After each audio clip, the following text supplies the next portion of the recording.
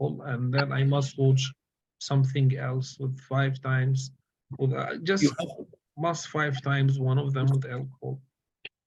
do you have any other worries that worrying you other than washing? Like what? Sometimes people may get some repeated image in their mind No, no, no, or repeated religious thoughts. no, no, no. And how all of these repeated thoughts affected your mood? On my mood, I'm feeling frustrated because most of the time I'm consumed in this, doctor. Yeah. Are you able to look after yourself? Well, I'm able to look after myself, but I'm not able to do anything else, doctor. I'm totally restrained because of this. Is this affect your bonding with Jordan? Yes, I'm not able to take care of him, and now I feel that I must also wash him because he is also might be contaminated 5 times, one of them with alcohol, and that's why I went to the GP. It's quite concerning. You washing the baby by alcohol many times. No, I feel that this idea comes to me, so I went to the GP. I didn't do it, but I'm afraid that this might happen. Yeah, yeah. And are you able to enjoy things that you used to enjoy? No, I'm not able to enjoy anything with all this time consumed in washing. Yeah, yeah. Do you have any other worries in any other place other than washing? No, no, no.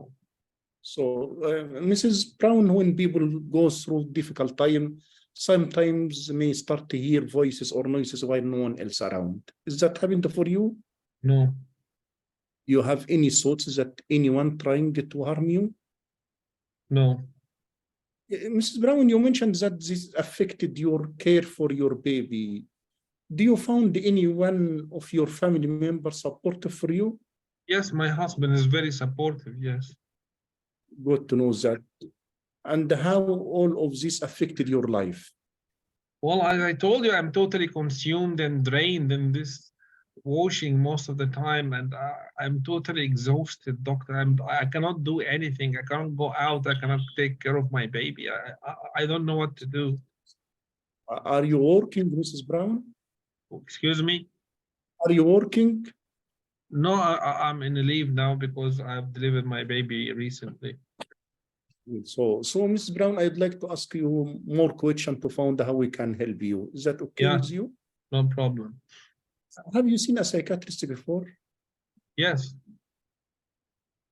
Could you tell me why? I've been diagnosed with obsessive compulsive disorder.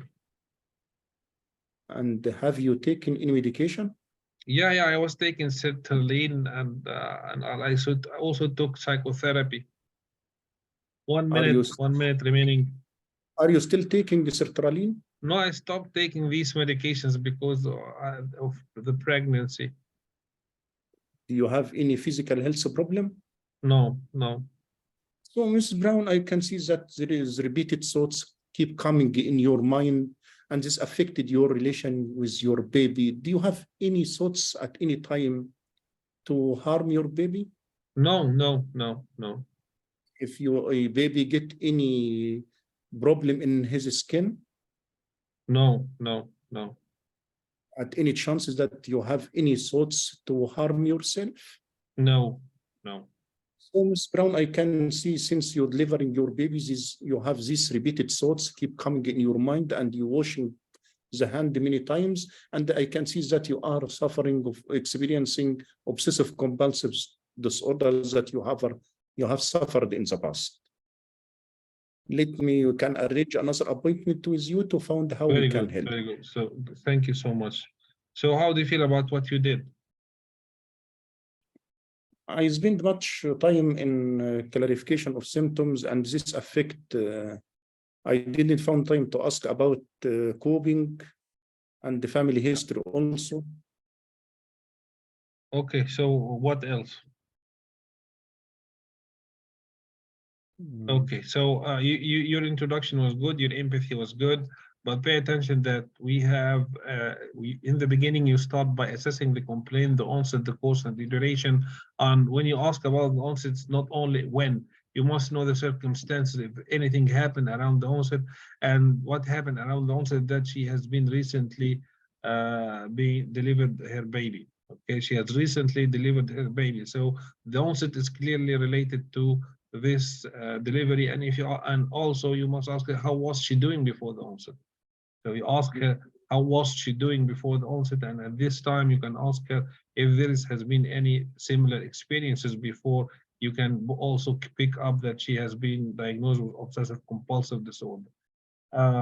You should have checked if there are any other symptoms of obsessions and compulsions, because if you have read the scenario, this lady is also suffering from checking.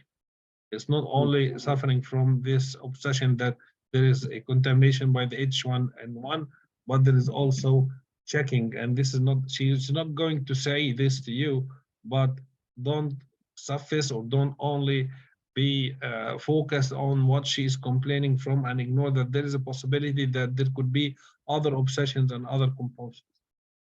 Sometimes you ask questions which I don't understand. What is in other places other than washing? What do you mean? Well, I wrote this question exactly like what you have just said. Worries in other places. Other anxiety disorder like agoraphobia, generalized anxiety. No. This is a very bad style question, because personally I didn't understand what you want to ask about. What is in other places other than washing? This is well, we must configure the question in a better way. I hope that you give our colleagues some feedback. It is very important to pay attention to the feedback of your colleagues. They are all psychiatrists, they all have experience, and definitely they can pick up some areas which can help you if you paid attention to them. So, but nobody gave you any feedback. So let's see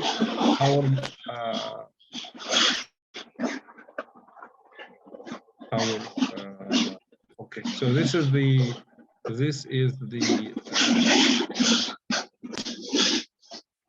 dear doctors, can you please just so this is the PDF.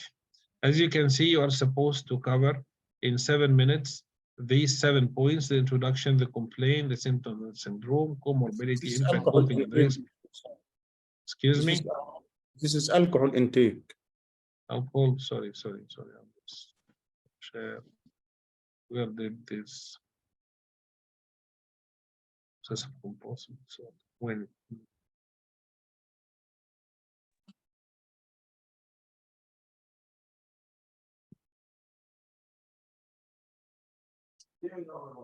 okay, so this is the obsessive compulsive disorder station. As you can see, still it is the same approach. You should cover at least these 7 points: the introduction, the complaint, the symptoms, syndrome, the comorbidity, the impact, coping and risk, the personal history and family history, delivering, and finally delivering the diagnosis. Okay, so also pay attention that the COSC is not only technical assessment of the syndrome, it is about your ability to show your consultation skills. Please, again, it is not about your technical abilities, it is about your consultation skills, your communication skills. Don't focus only about the questions which you are going to pose to pick up the syndrome symptoms, but also you must show empathy, you must show communication skills. And in this context, one of the most important communication skills is the empathy, and here's a schedule which can help you to have some sentences to show that you are empathetic. And the best time to show empathy is very early 1 minute while you are hearing the complaint. Okay, just we are going to wait for the adhan, please.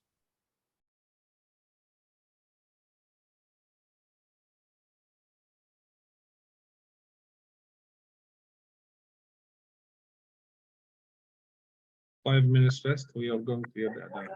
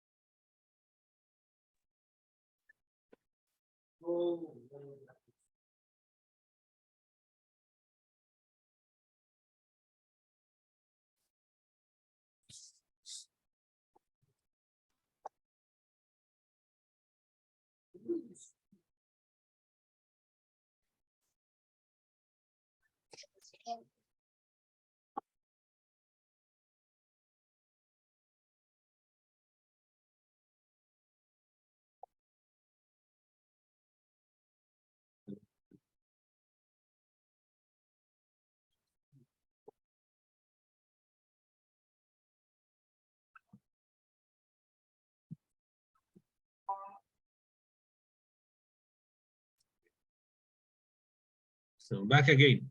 So the exam is not about your technical abilities, it's also about your communication skills. And one of the best communication skills which you should demonstrate is the empathy. And here are some sentences to help you to show empathy. And as I said, the best time to show empathy is in the very early stage of the stations, when you start to hear the complaint of the role player, when he starts to open his mouth. Okay. The introduction, you have done it so good. The complaint, you must ask her about the current situation, about this. So let her talk about her thoughts. And then the onset, okay, and ask her about any circumstances around this onset, and ask her about the course. Do you feel that she is feeling that this is increasing with time? And how was she doing before the onset? So the circumstances can be picked up in the while you're asking about the onset or before the onset, okay? Okay, so this is how you ask the complaint. Unfortunately, you did not pick up or show that it has been related to the incidence of the delivery. Doctors, every stage of the station is important to demonstrate the skill. So in this part, in the complaint, you fail to demonstrate that the onset is related to something important in your life, which is the delivery of the baby, and this is common for this instance to cause a recur or the appearance of psychiatric symptoms if the patient did not have any previous psychiatric symptoms.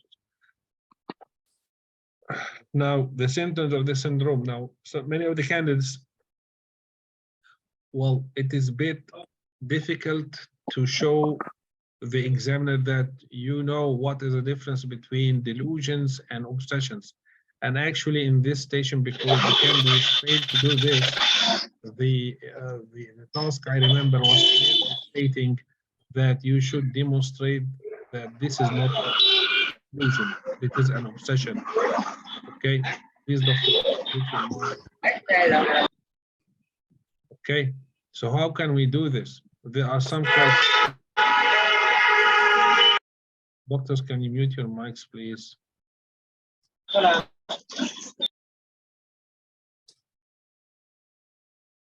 How can we do this? There are some criteria which can help you to differentiate between the delusion and the obsession. Like that the thought is distressing, the patient tries to resist it, it is his own thoughts, and he feels that it is senseless and intrusive. Okay, these are the 5 criteria of the obsession, which will help you to show that, to show the examiner that you know how to differentiate between an obsession and a delusion. A thought can have different criteria, can be obsession, can be an overvalued idea, it can be a delusion. And this is the criteria of the obsession. And the next thing is to demonstrate that this patient has some particular obsessions, not only this obsession or all the obsession. You don't know. She is coming to you with a particular complaint. Maybe there can be other obsession. The most common obsession, you can have the acronym of these obsessions with the word cigar. Okay. C stands for contamination, I stands for infection, and also images, intrusive images. G stands for aggression, guilt, or aggression, and A stands for aggression, and R stands for religious thoughts. With this religious thoughts, all these are the common obsessions. Can be religion. One of the candidates is asking me how to ask about. You just ask her in the chat section. She's asking, how can you ask about the religious thoughts? Just ask her, does she have any particular religious thoughts with the same nature of these contamination thoughts? Okay, that's it. You don't need to ask more than this. Okay, so this is how you ask and check if there has been any, if there are any other obsessions, and also you must check if there are any compulsions, other compulsions. And in this particular case of the scenario, which we have here, that the lady has a repeated checking, so she doesn't only she doesn't have this only washing problem, she also check. The most common obsessions, we start cigar, and the other most common compulsions, we can have the acronym of these compulsions with the word crow. Crow, you know the crow. C stands for checking, R stands for rituals, O stands for ordering, and W stands for washing. Who is doodling on the screen? Okay. So this is how we check for the symptoms of obsession compulsive disorder, the symptoms of the syndrome. Check for the nature of the thought that it is an obsession. Check if there are any other obsessions. Check for the compulsions, okay? And then check for the comorbidity. We know that it is very common that this lady can have depression or anxiety with this type of disorder. So we check with the routine question of how was your mood in the past 2 weeks? Are you still interested in the thing you would like to do? How was your energy level? How was your energy level and sleeping hours and appetite and anxiety? Very important in this station to check for the generalized anxiety disorder. Okay, and this is the question which will help you to check for it. Are you a type of person who gets easily worried for routine daily events? Okay, this is the screening question for generalized anxiety disorder. And ask about the phobias, like any particular things which makes you extremely fearful, because we know that obsessive compulsive disorder is considered to be one of the anxiety disorders. And then check for the psychosis. Okay, the routine question, if there has been any strange experiences. You checked for the physical condition, social, ask her about herself, and you ask about the life circumstances. Everything is good. Now, the point number 5, which is the impact and coping and risk, is a very important point because of the time management. You must have a plan for the 7 minutes. Okay, the problem in the task is the 7 minutes. It's very challenging, by the way, because we are not accustomed to cover any task or assessment of the patients in 7 minutes. But in the task, you should try to cover the task in 7 minutes. So point number 5, if you did not reach this point before hearing the bell of 6 minutes, once you hear the bell of 6 minutes and you didn't reach the point of impact, coping, and risk, immediately leave whatever you are doing and start assessing the impact, coping, and risk, the personal history and family history, and delivering the diagnosis. You can hardly cover these 3 areas, which are very important areas in the history taking, in 1 minute. And you have all of them are routine questions in this station. How did this impact? How did it affect her life? How she is coping with this problem? If she's taking alcohol or any medications or recreational drugs, if she has any thoughts of harming herself or anyone or her baby, And personal family history, it is very common to have a patient who have also family history related to this problem, obsessive compulsive disorder. And finally, delivering the diagnosis. This lady, if you picked up that she has been having obsessive compulsive disorder, you can easily say to her, it seems that the problem of obsessive compulsive disorder has returned to you. Okay, let's see the mark sheet, which is, it's all about this mark sheet, doctors. Whatever your source, whatever your level of proficiency, it's all about this mark sheet. And your job is to make sure that you will score for yourself in this mark sheet enough to help you to pass. And I would like to start not by the clinical or the technical points, but by the communication points. And as you can see, out of the 12 points, 6 of the 12 points are communication points. The exam is primarily about your communication skills. If the examiners feel that you are not good in your communication skills, definitely you'll not pass. And I know that many candidates, particularly the newbies, they might not have very deep technical information or high professional level, but they still pass because they have good communication skills. Okay, let's see the communication points. Disorganized mean that you return back to the same point which you have covered before. You keep going and leaving the same points again. So this can put this can be considered a disorganization. Poor management of the consultation also can be considered if you did not finish the task in 7 minutes. The consultation appears formatic. This is not uncommon, particularly if you keep asking questions without showing any good communication skills or empathy.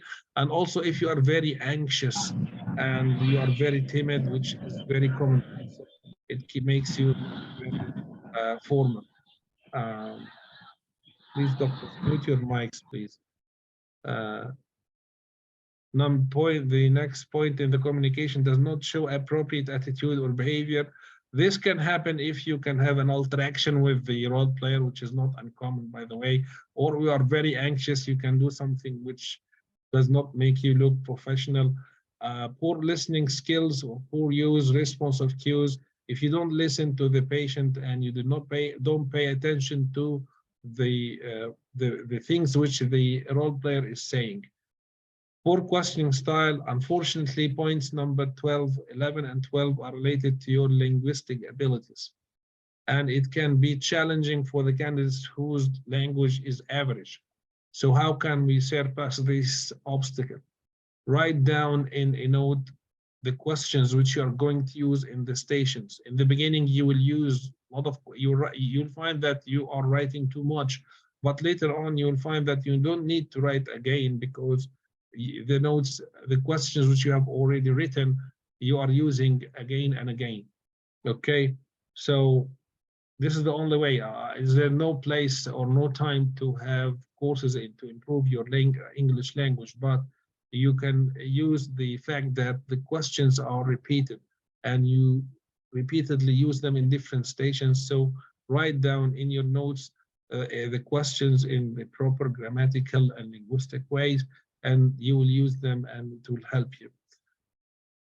Okay. Both of them are related to the language, your questioning style and your linguistic abilities. I hope that it was helpful, and thank you, Dr. Nasser. So anyone has any questions related to this task? Okay, so we are going to have Dr. Nadisha. Okay, is it Nadisha? Yes, I am Dr. Nidisha. Okay, Dr. Nadisha is going to do the station of alcohol dependence. I will share I will share my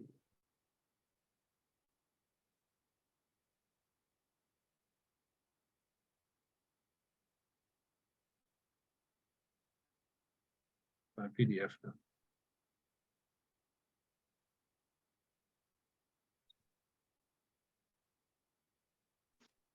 Okay, you have 2 minutes. Write down your notes. Let's say that my name is Robin.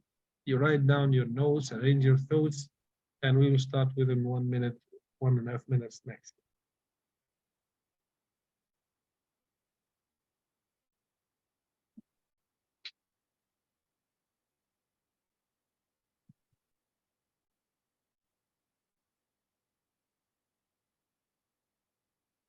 Dr. Santos will do the station after Dr. Nidisha. Dr. Nidisha was there before you, Dr. Santos. Okay.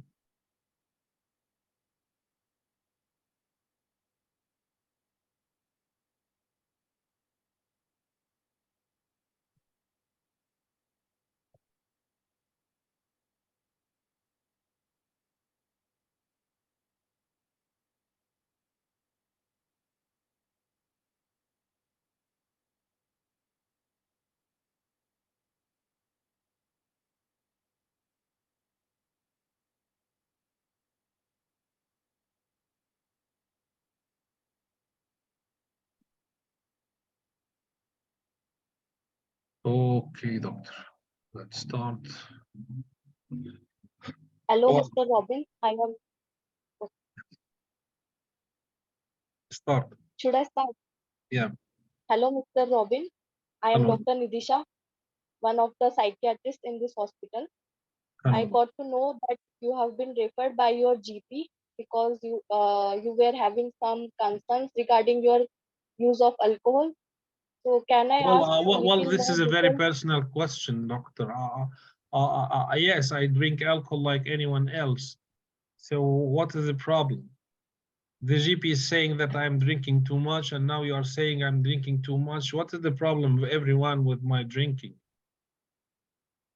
No, I don't mean to say that there is some problem with your drinking, but it would be better if you can tell me a little bit more about your drinking habits so that I can help you and plan better.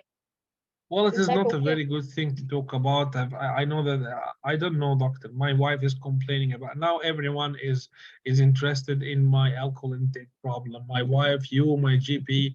What's wrong with everyone now? Okay, I drink, I doctor. can Okay, I drink. I drink every day a bottle of vodka. So what? So what is the problem now? I can see that you are very distressed. You told something about your wife. Can you tell me a bit more about it? Well, I used to drink. I started to drink alcohol very early in my life because my father used to own a pub, you know, and there has been alcohol in my life. All it's been my life. The alcohol has been in my life all over the time. So I started to drink at the age of 13. Can you imagine, Doctor? And now I'm 50 years old. Okay, okay. Can you tell me how much are you drinking currently in a day? Well, I drink a bottle of vodka every day. Okay. And what is your pattern of drinking in a day? Well, I drink, you know, early in the morning, and also I drink while I at work. At lunch, I drink some. I take some alcohol, but most of the amount of alcohol is at night when I'm at home alone. And also, it helps me to sleep. Okay, okay. You told me that your father used to drink alcohol. Yes, yes. So you started looking at him drinking alcohol. Excuse me. You started drinking alcohol because your father would drink, No, and my by father looking used at to. him, My father used to. He had a pub. You know, it's pub. Don't you know what is a pub? It is. okay, okay, okay. Do you have intense desire to drink alcohol? Yeah, yeah. It happens to me. Yes. And Mr. Robin, do you think that you have to take more amounts of alcohol nowadays to get the same effect as previously? Yes, yes, yes. Okay. And do you get any physical symptoms when you don't drink alcohol? By that I Well, I mean feel like horrible. tremor. I feel horrible, doctor. Okay. Are you able to sleep well? Are you able to do what? Sleep.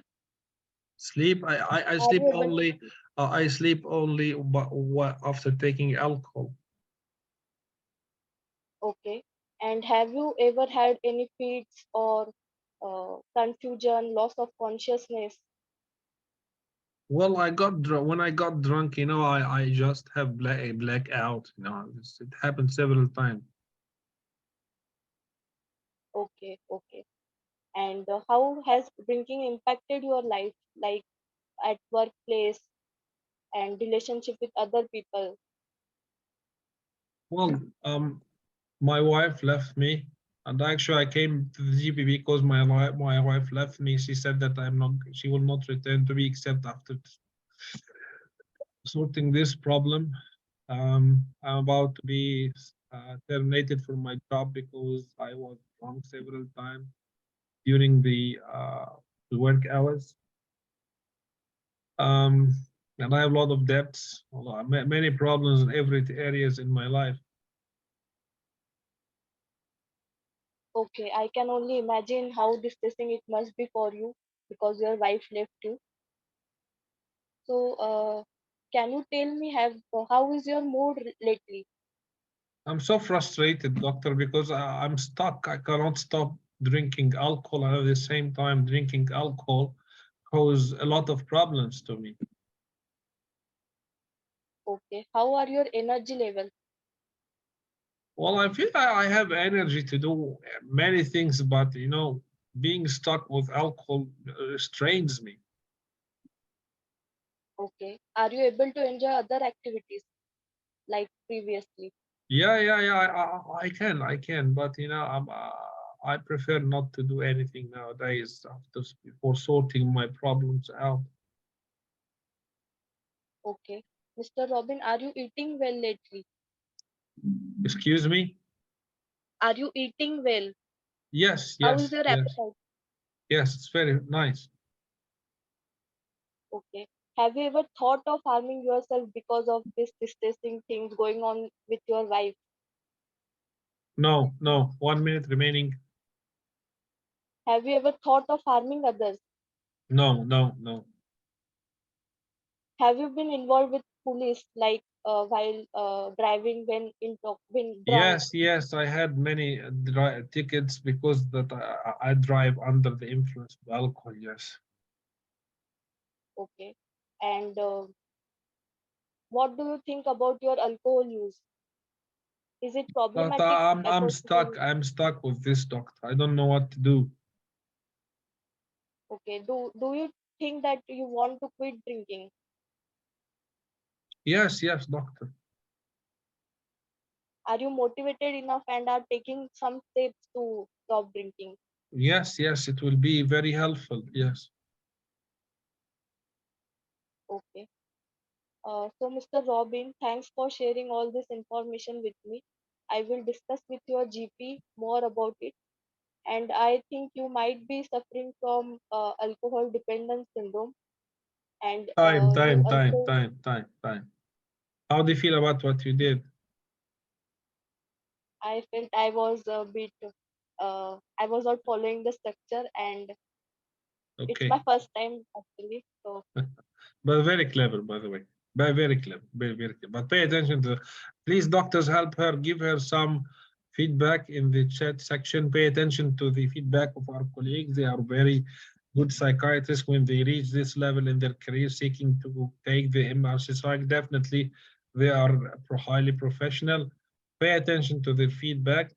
Now pay attention that in this station, the role player is instructed to be defensive if he doesn't feel that you are empathetic from the beginning. If you are going to assess a patient who is having alcohol problem or any type of dependence syndromes, you must show empathy in the beginning. I felt that you're not empathetic as much as you are very technically. I want to assess your alcohol intake problem. I didn't feel this empathy. Yes, your question was right, but it was not very empathetic. Okay. Number two, let's see. Let's see the feedback. Yes, personal and sensitive question in the beginning. Lot of leading questions. Okay, pay attention to your style of questioning. So let's see our PDF.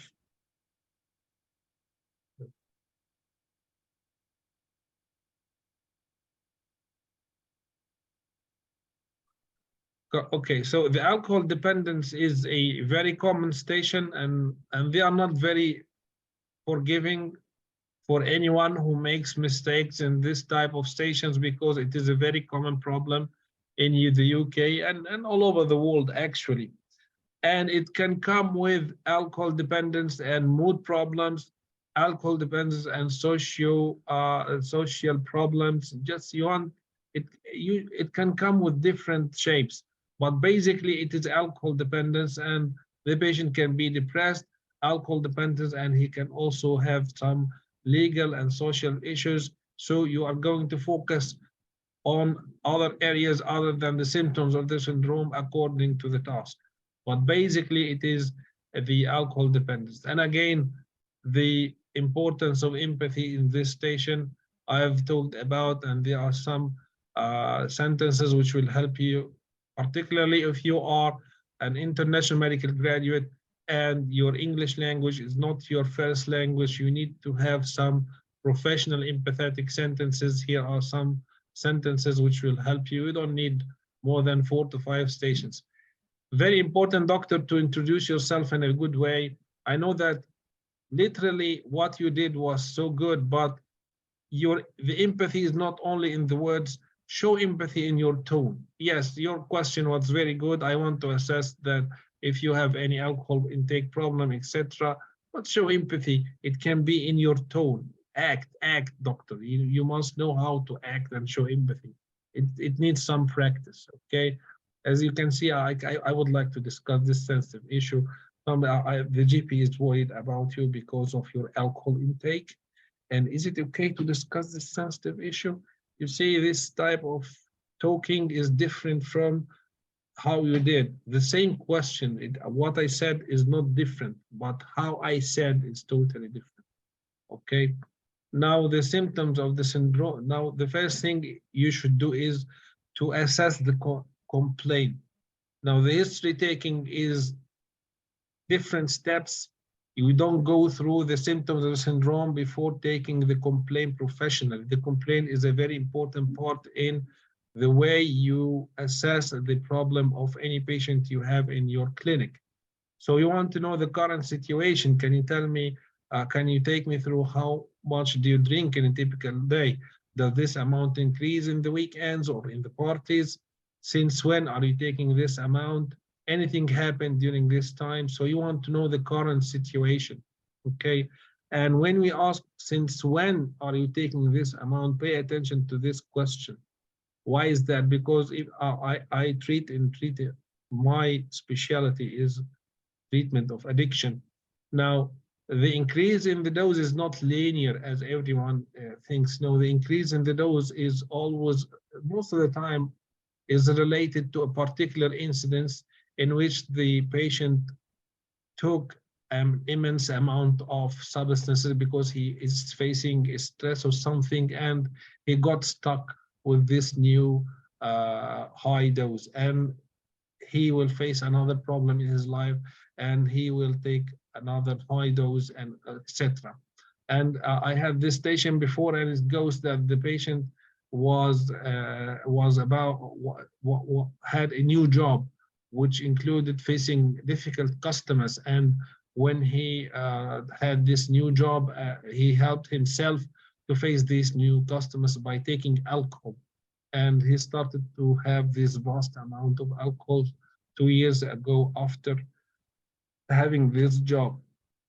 So when you start to assess the complaint and you want to know the amount we is taking, you want to know this one bottle of vodka, since when he started to drink this particular amount, not since when did he start to drink alcohol. Is it clear, Dr. Nidisha? Is it clear? Yeah. Clear? Okay. Yeah. Okay, so the current situation, you want to know the amount of alcohol he's taking and the pattern of drinking, and then the onset, when did he start to take alcohol, anything participated in this, like peer influence or the family context. This man has been raised in a family in which there is alcohol everywhere because his father used to own a pub. The course and the duration, do you feel that the amount of, and this is a tolerance, also this question tackles the tolerance that the alcohol intake is increasing with time. And before the onset, it depends upon the time. So before the onset, there has been nothing. But if the patient says to you, for example, that he has started taking alcohol at the age of 20, so you want to know exactly what happened before this, if there has been any stressors or any past history before the taking the alcohol, if he has been taking any recreational drugs. Okay. The symptoms of the syndrome, I had the feedback from one of the consultants that don't ask about the cage because it is not an ICD-10 criterion. Okay, please pay attention to this. Don't ask about the cage. It is not an ICD-10 criteria. They focus on the ICD-10. They want to be as much as possible objective. I know that this is one of the common assessment tools among all of us, but in the exam, they want you to show that you are able to demonstrate your knowledge about the ICD-10. Don't use the cage, okay? Tolerance is already assessed while you're assessing the course that he has been increasing in taking alcohol. You can also use only 4 points to demonstrate that this is someone who has dependence criteria. So you want to know the withdrawal symptoms and ask him about what you did in this station. You did not ask me about the details of the withdrawal. Show your knowledge. So do you have sweating? Do you have tremors, nausea, vomiting? I'm not going to say or volunteer by saying what are the withdrawal symptoms. And pay attention to the seizures. Seizures is not uncommon among those who have alcohol dependence syndrome while they are having withdrawal. So tolerance, you ask about the tolerance, you ask about the craving, strong desire, loss of control, primacy. Have you ever given the drinking the priority over important life events, important things in life, okay? A very important question here, just to know about his course. If you know the original criteria that he has this some sort of failure of abstinence. Okay, so you ask him. It is not one of the ICD-10, but show that you want to know if he has ever tried this type of therapy, the rehabilitation program, or has been abstinent for a long time. What helped him to stop? Okay. This is not a very important question, but will show that you are professional. Usually those who have dependence criteria have a problem that after abstinence for a long time, they also relapse. It is one of the dependence criteria, but it is an old criteria. Now, as I said, the good thing about the task of the history task is that the points of number 1, the introduction, number 2, the complaint, number 3, the symptoms of the syndrome. These are the variable points in the history task. The point number 4, which is the comorbidity, the impact, coping and risk, the past history and family history, delivering the diagnosis, nearly the typical questions. Same questions which you are going to use in all the stations, okay? So in the comorbidity, pay attention that after assessing the symptoms of the syndrome, you must do what is known as signposting. You must show that you are shifting to another area. I have already assessed the symptoms of the syndrome. Now I'm going to check if there are any other associated problems. There has been any psychological problems, physical and social. Okay, I think you have covered these areas enough. Now, the impact, coping and risk, again, it is very important in your time management, and also in this station, it is very common that the patients who have alcohol problem have risk issues like violence with the spouse, like legal problems, driving under influence, and they also have problem in coping stresses in general, okay? Past history and family history is very important, doctor, to know that this is a very important question. If any family member has alcohol problem, it is a very important question. If any family member has an alcohol problem, pay attention. Show that you understand that there is a genetic issue in this problem. And if someone who has alcohol dependence, there's a big chance that one or other family member can also have this problem. Now, delivering the diagnosis, there are some sort of different points of views. Some consultants do not like sugar coating. You must demonstrate your abilities to show your ability to deliver the diagnosis clearly. Other consultants prefer not to struck the patient with the words like you have alcohol dependence and so on. But as far as I've been told, it is better to verbalize the problem and say that from our discussion, it seems that you have a lot of difficulties because of alcohol intake. And this is something which we call alcohol dependence. Don't say to him, you have alcohol dependence. And that we call it alcohol dependence. But okay, don't say that you have alcohol dependence. You have a lot of problems because of the alcohol intake, and you find it difficult to stop something which we call alcohol dependence. So you have delivered the diagnosis in a smooth way, and at the same time, you did not miss the ICD-10 terminology. And in addition, if there has been any depression or anything, you must say, okay. So if the patient says to you that he doesn't want to be treated, when you ask him if he feels, you check if he would like to talk with one of the team members who specialize in helping people who have alcohol problems. If he says to you, no, I don't want to talk with anyone who is specialized in helping people who have alcohol problems, use the one of the motivational interviewing skills, which is the developing discrepancy. You can say to him, you have mentioned that you have a lot of problems because of the alcohol intake, and at the same time, you refuse to help. Where does this leave you? Okay, don't be stuck.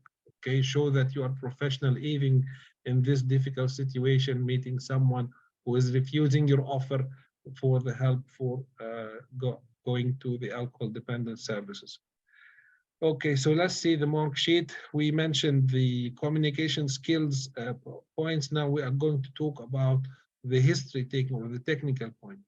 Now, the issues and priorities, which when you have the candidate notes and what the patient is going to say to you, you have definitely a priority to assess here. Your priority is to assess the alcohol problem, not the mood or anything else. The significance of aspects of history, there are several points, which are the 7 points of the history taking, which you should cover, and these are the aspects of history. Does not elicit the presence or explore enough in detail the relevant symptoms. These are the symptoms of the syndrome. This is the point which reflects your knowledge about the symptoms of the syndrome. As you can see, the nosology or the diagnostic criteria does not cover except only 1 point. So even if you do not have enough information about the syndrome, you are not going to lose except 1 point. Point number 4, does not demonstrate adequate skills in the risk assessment. As you can see, this is a stable point in all the mark sheet, because definitely a member of the Royal College should be a safe practitioner. You must always put the risk and the safety of the patient in your mind. Does not pay sufficient attention to the patient's physical health view. This means that when you are talking with the patient, you listen to him, you try to understand his point of view, you check with him whether he accepts the offer to talk with one of the alcohol and substance misuse team.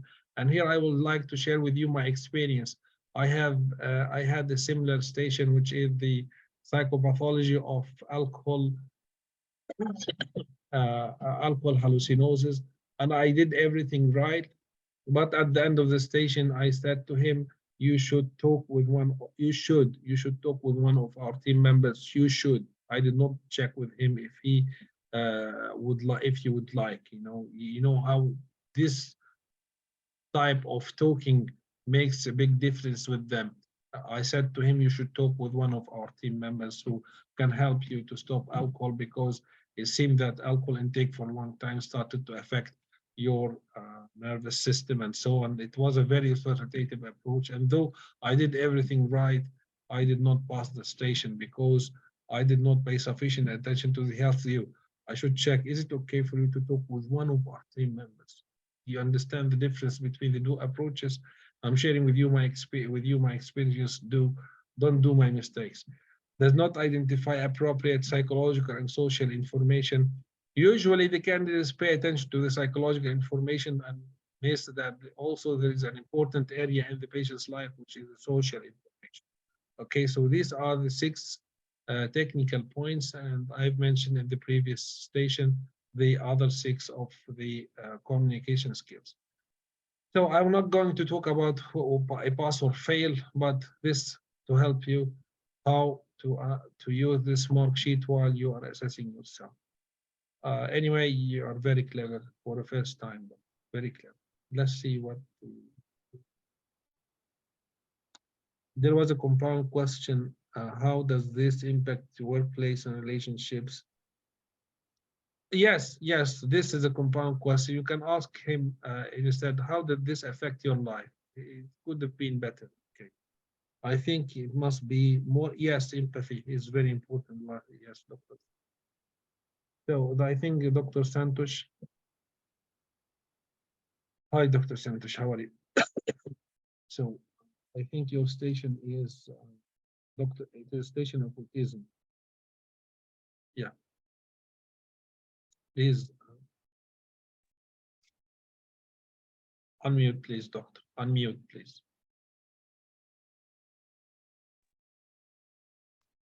I will share my screen.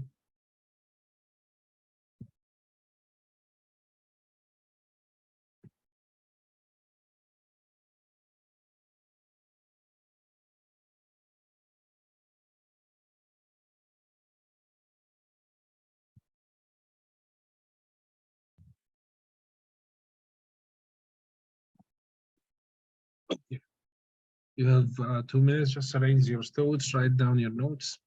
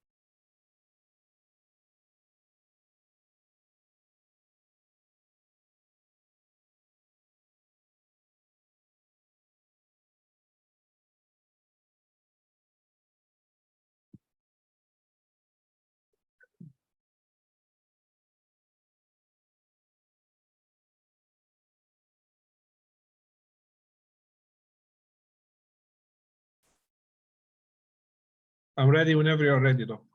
Yeah, I'm fine. I'm ready. Let's say that my name is Mrs. White and my son's name is Joshua, and don't forget to ask about her son's name. Don't refer to the son by your son, okay? Okay, so the son is Joshua, and my name is Mrs. White. 1, 2, 3, go. I can't see you. Yeah. Hello, Mrs. White. I am Dr. Kumar, one of the mental health doctors. How are you doing today? I'm fine, doctor. I understand that your GP has. I understand that your GP has referred to you because you have some concerns regarding his language, his eye contact. I'm here to understand more about this so that I can help Joshua in better way. Will that be fine if we have a couple of minutes of chat? Yeah, no problem. Right. So can you please tell me, how do you find Joshua different from other children? Doctor, we've thought in the beginning that he doesn't have the ability to hear because whenever we talk with him or call his name, he doesn't respond.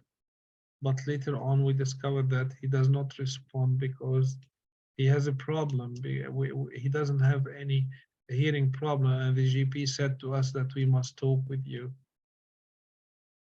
Yeah, Mrs. White, I can understand that it must be really difficult for you and your family to go through all this. But please don't worry, help is available. Let me understand how he gets along with other children. He doesn't have any relation with other children. He doesn't Mhm. talk with them. He doesn't play with them. He doesn't do anything with them. And, and how about his reaction towards other family members? Even with other family members, he doesn't show any affection, doctor, at all. Okay, that must be distressing. So, what happens if you try to hug him? How does he react to that? Sometimes I feel that he doesn't, like a cold, board, ice board. He doesn't show any emotions, doctor. Mhm. So, will he smile back if you smile at him? No, no, no. I understand that he makes eye contact poorly. Is it the same even with you? No, he doesn't show any eye contact with me or anyone else. He doesn't look at anyone whenever anyone calls him. And do you think that he's almost always happy with himself? Yeah, yeah, yeah, yeah. All right, let me have some understanding about his spoken language. What do you think? Does he use the appropriate words while talking? No, no, he doesn't use any words, even mother and father, mama, papa, he doesn't use them. He just uttering sounds like only. Doesn't. Mhm. So, do you think that these are some odd voices that he's having? Yes, yes, only voices. Okay, that must be really difficult. Okay, and sometimes these children, some of the children, they can have show some repeated behaviors. So, do you think that he shows any kind of behavior repeatedly? Yes, yes, he repeatedly move his hands like this. I don't know why. Mhm. Any other odd body movements that you are worried about? Well, like what? Like some children, they'll be rocking their body like this, front and back. No, no, not doesn't have, but he used to move his hand rapidly. Okay. And what happens if there is some change to his routine? Oh my God, he keeps crying and jumping. It is a horrible thing to change anything around him. And if you said that if you change anything, what if you touch his toys or his belongings? No, How does no, he no. react to He it? becomes so angry, crying, and he cannot be controlled. Okay, that must not be easy for any of you to take. I can understand that. So, all these difficulties, how has it impacted you and your family?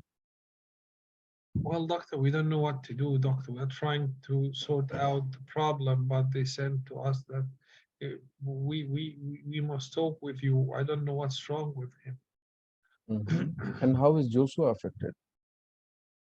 Well, I don't think that he feels anything related to his problem. I don't know, doctor. He doesn't seem to be complaining from anything. All right, okay. And let me have some understanding about his early life, how things were once you were pregnant with him, There was no problem during the pregnancy. and anything which I need to know which happened around delivery. No, nothing.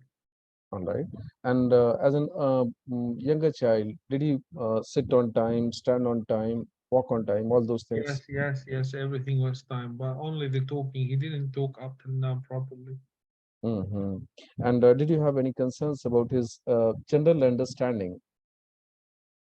Well, I cannot tell doctor because I don't know if he is able to understand. I cannot judge the level of his understanding.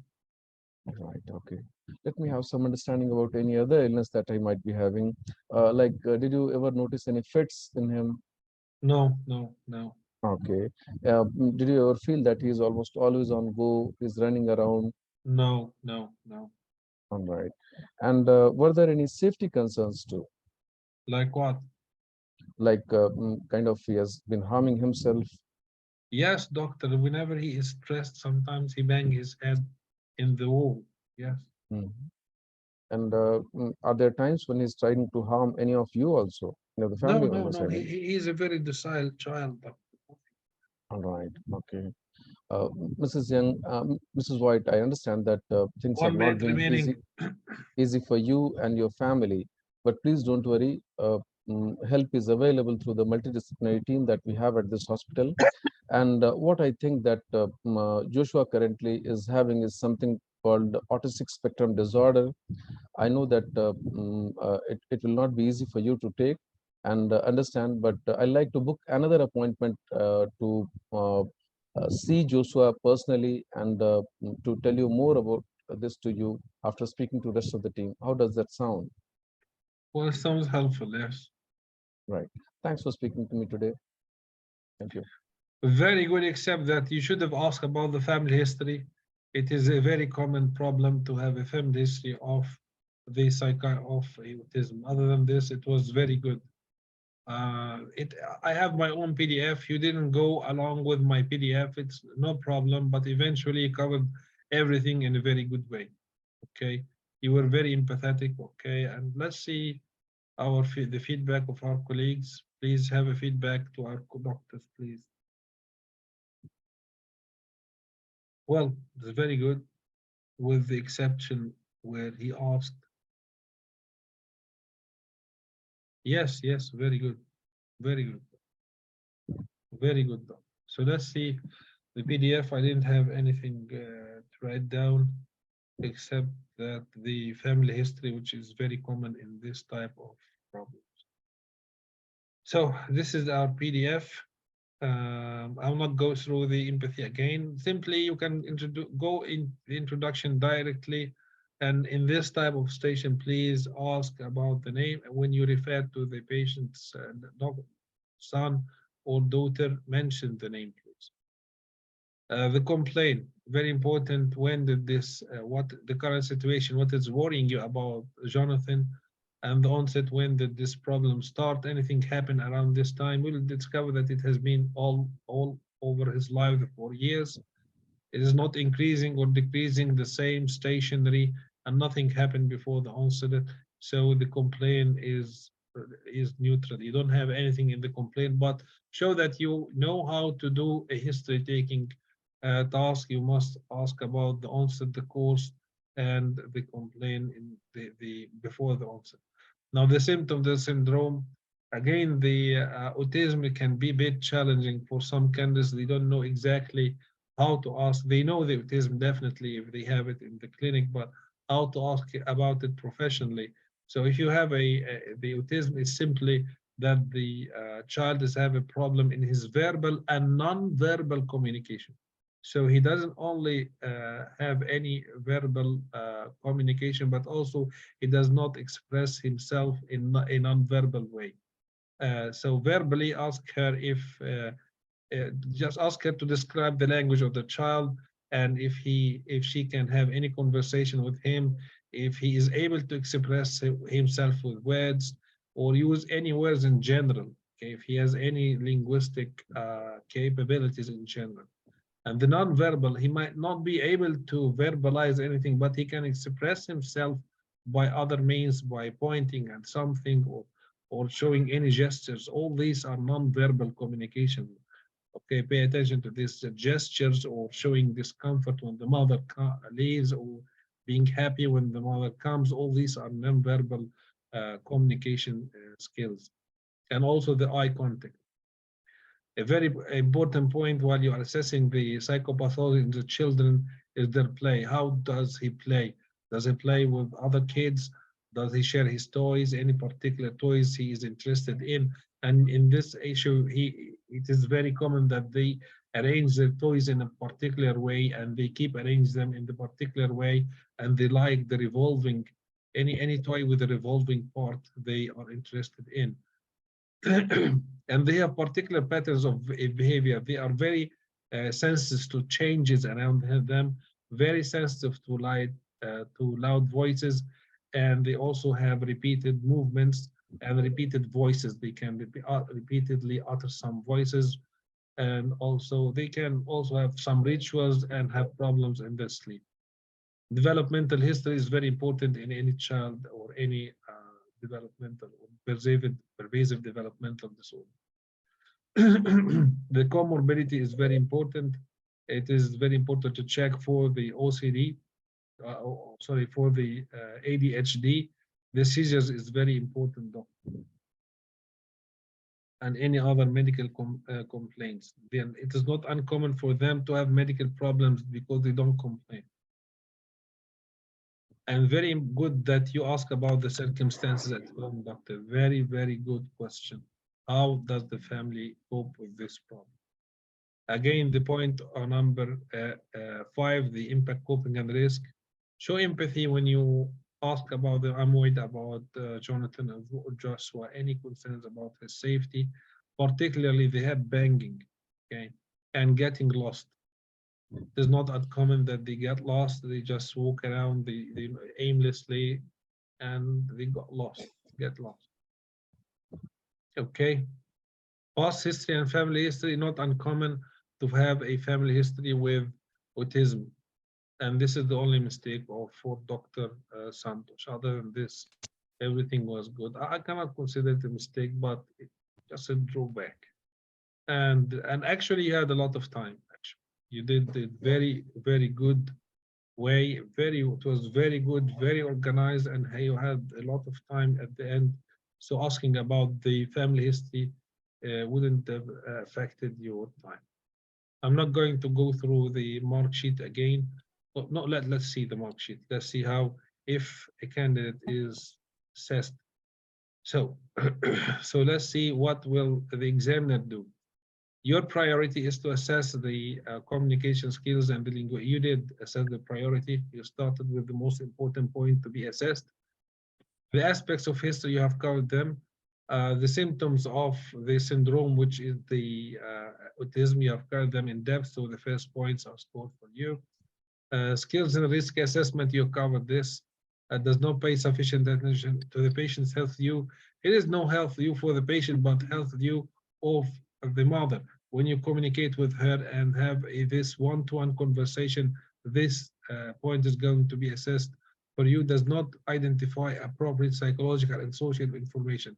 And as you can see, when you ask me about how does this problem affect the family, definitely this point is going to be scored for you. As you can see, there is a point for the social information of about the patient. It was very organized. It was not formalic. Your attitude was very professional, elegant. Listening skills were good. Questioning style and language, everything was good. Again, I'm not an examiner, but this is how you use the mark sheet. And thank you. Very good, very clever, Dr. Santosh. Thank you so much.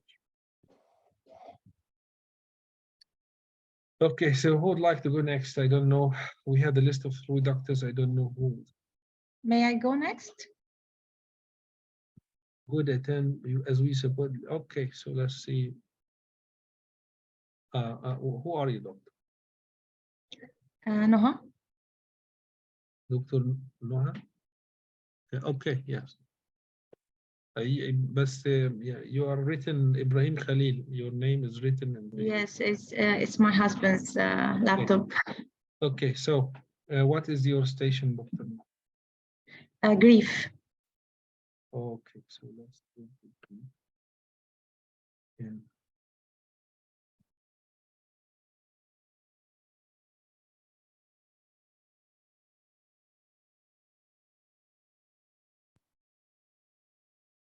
You have 2 minutes. Okay.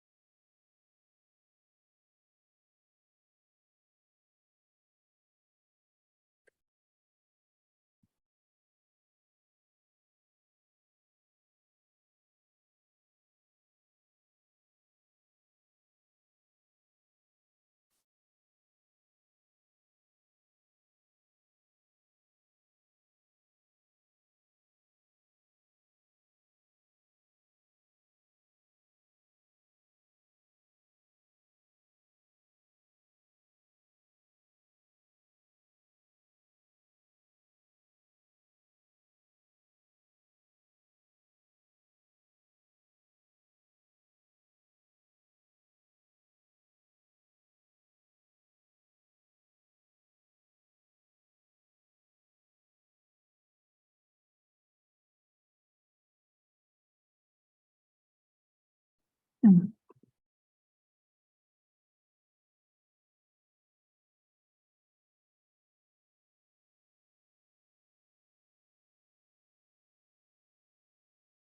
ready? Yes.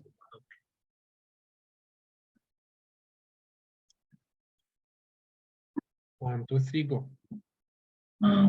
Good morning, Mrs. Smith. My name is Dr. Noah Ismail, and I'm one of the psychiatrists here at the hospital. I understand that you're going through a very hard time right now, and I would really appreciate it if you could share more with me about your recent loss. Is that okay with you? No problem. No problem. Would you tell me more, please, what happened? Well, I lost my husband 6 months ago, and actually all my friends and family asked me to go to the GP, and I went to him yesterday, and he said that I must talk with you. May I ask what was your husband's name? His name is Mr. White. Yes, I'm really sorry about losing Mr. White. That must be a very difficult time for you. Would you tell me more about Mr. White? What kind of person was he? Was a very good person. We had a very good life. We didn't have any children, but you know, we decided just to be with each other for 30 years. We have been married, but he passed away in a car accident 6 months ago.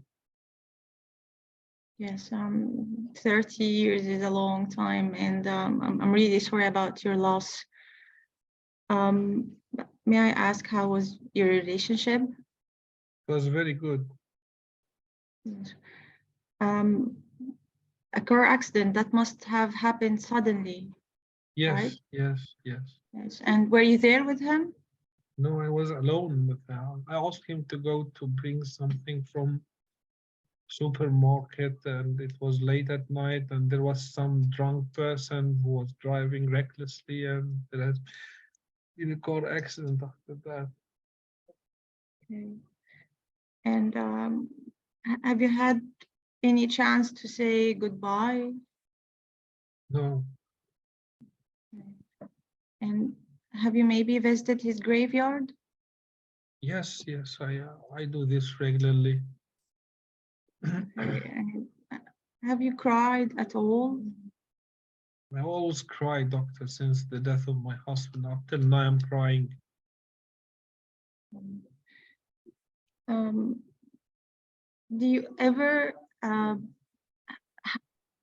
how were you feeling after you were told that he was dead? Well, in the beginning, I felt that it was, you know, some sort of practical joke when they said that my husband is dead in the hospital, and I was in a state of shock. I didn't. I felt that it was a nightmare. Even in the funeral, I felt that it's not true. But later on, I started to grasp the sorrow, this awful reality. May I ask, do you ever wish it was you instead? Excuse me? Do you ever wish it was you instead of him? No, no, no. I didn't wish this, but I wish that he would have been with me and feel that I'm responsible to some extent about what happened.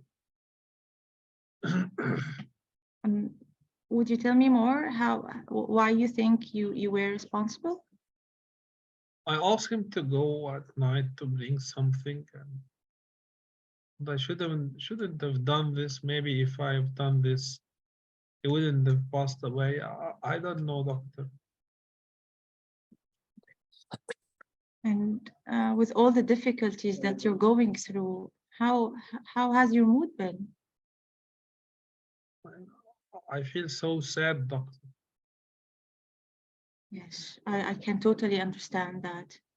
And how has your energy level been? Feel very low. I cannot do anything, doctor. I can hardly even take care of myself. And do you sleep well? I sleep after a lot of crying. That's it. I cannot say that I'm sleeping well. Do you eat well? No, I lost about 5 kilograms. You maybe have thoughts that you want to join him, maybe that you wish that your life ends. No. But I feel that life is meaningless. Yes, I can totally understand that. Did you see him in a way or hear his voice? Sometimes it appears as if I'm hearing his voice in the house, but I know that this is not true, doctor. I know that he has gone forever. And how did you handle his belongings? I know that he preferred to donate them to the charity, and this is what I did. I donated everything to the charity. Yes. And how have you been coping with all the changes, the sudden changes in your life? I don't know what to do, doctor. 1 minute Some, remaining. some people may drink alcohol or do street drugs after the loss of a beloved one. No, I don't use any of these. No. Okay. And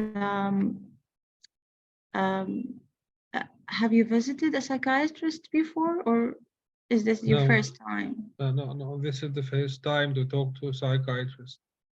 Okay. Thank you so much for talking to me. I do appreciate that, and I know that that must have been difficult for you.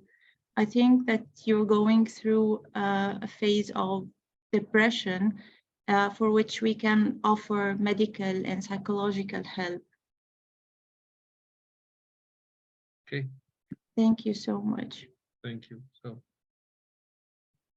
how do you feel about what you did? Don't know. No, give me your feedback. I feel that sometimes you're I think not yes. struggling to searching for the questions. Why is that? I was anxious, a little bit anxious. Yes, that's very honest from you. It is not uncommon for the candidates to be anxious. Okay, so the only thing which you're not very organized and you're not fluent. I felt that you were searching for the questions, and in this state, you were very empathetic and something was very good. But unfortunately, there are other points which you should pay attention to. Let's see the feedback of our colleagues. She started very well. Yes, her introduction was very good, but later on she became very anxious, very empathetic, as I said. But you take time to ask questions. Yes, not fluent. Dr. Sarah is giving you a very good feedback, and also Dr. Okoro. So let's see our where is the grief?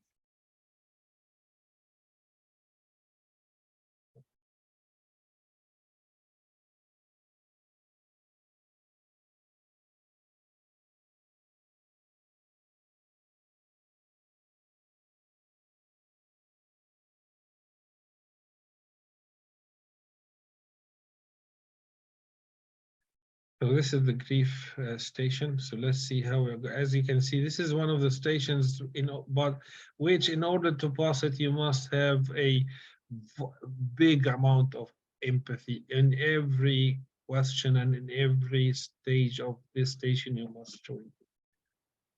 Okay, and you did this to a great extent.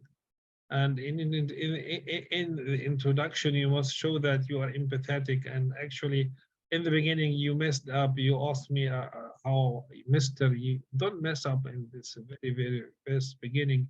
You said Mr. instead of Mrs. and so on. Don't show that you are very non-professional in the very first beginning, saying Mr. instead of Mrs.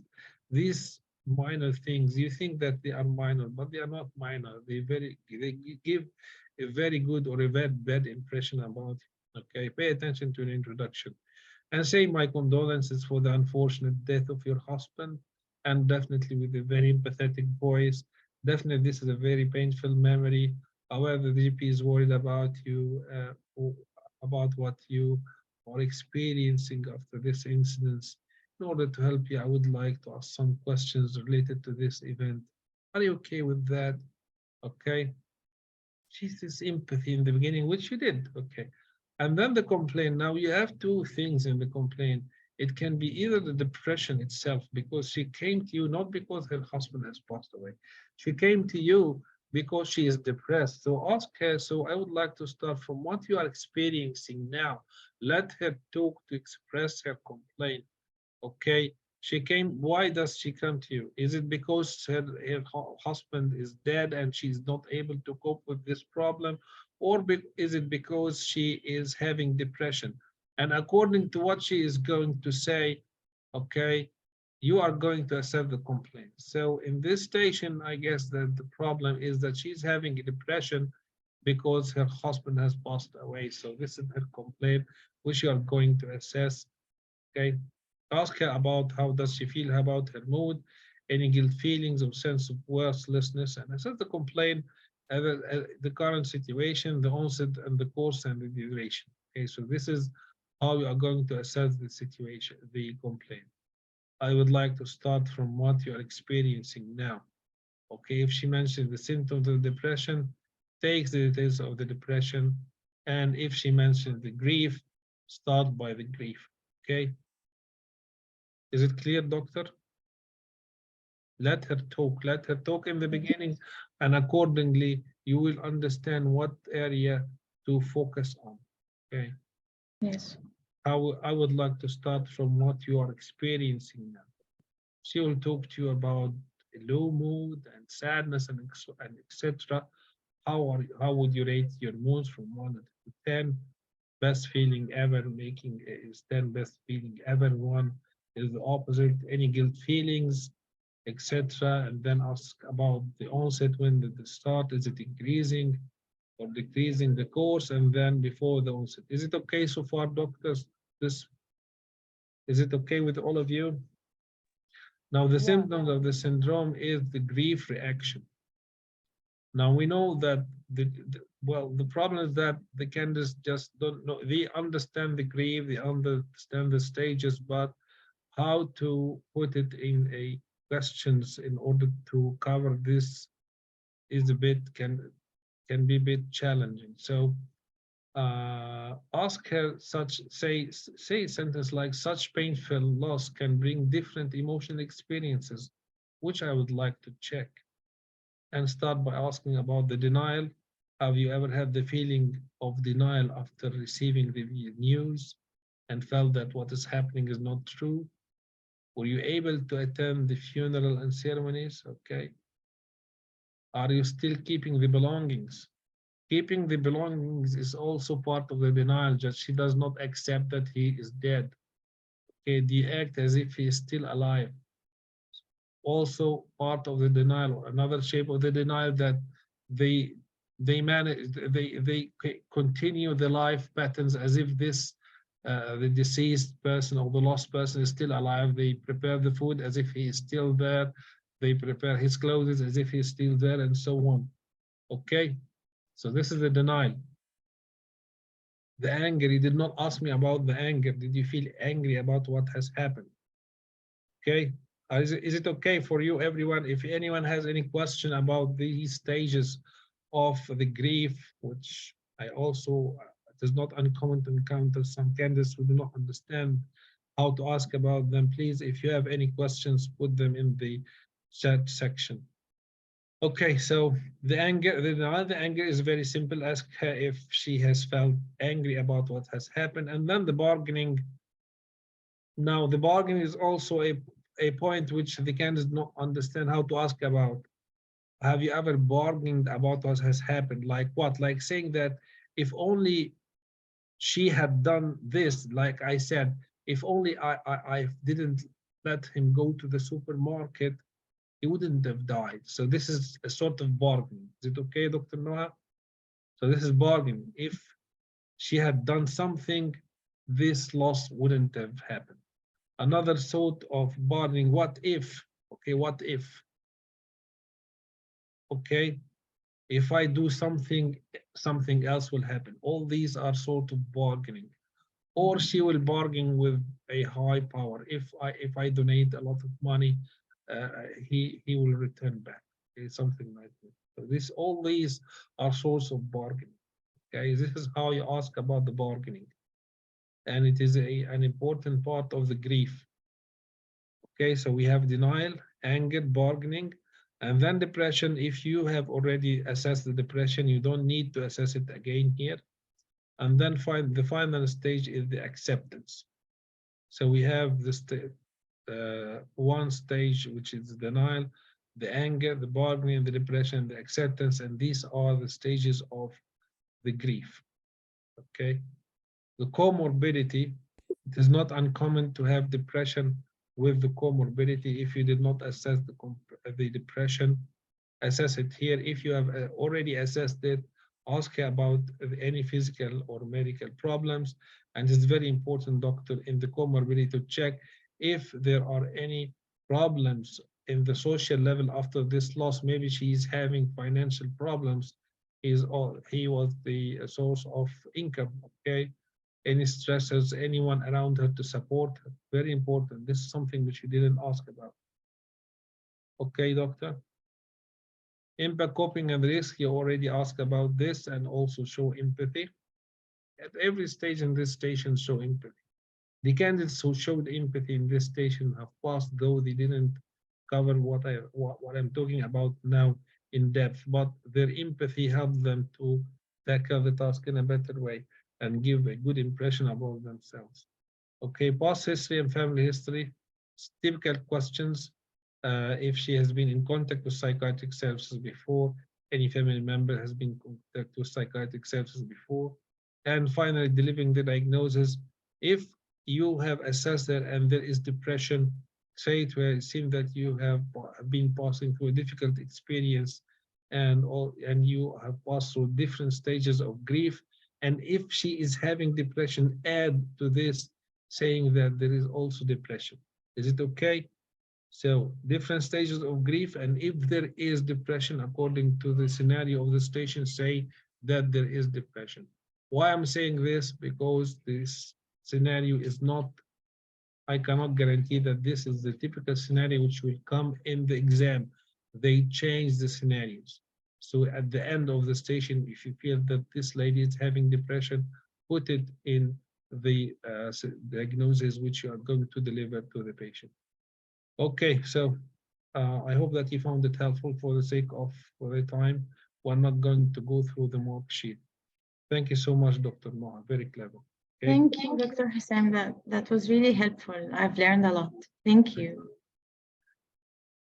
So doctors, give her some feedback. No, okay. So who would like to go next? I don't know. Who is that? Who is going to go next? Dr. Can I go Zainab? next? Is it Dr. Zainab? Yes, yes, sir. So what is your station, doctor? GHB dependence. GHB dependence. Okay.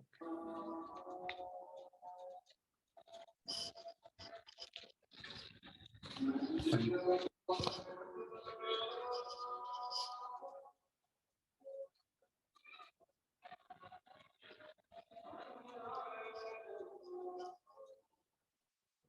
Okay, you have 2 minutes to read this scenario.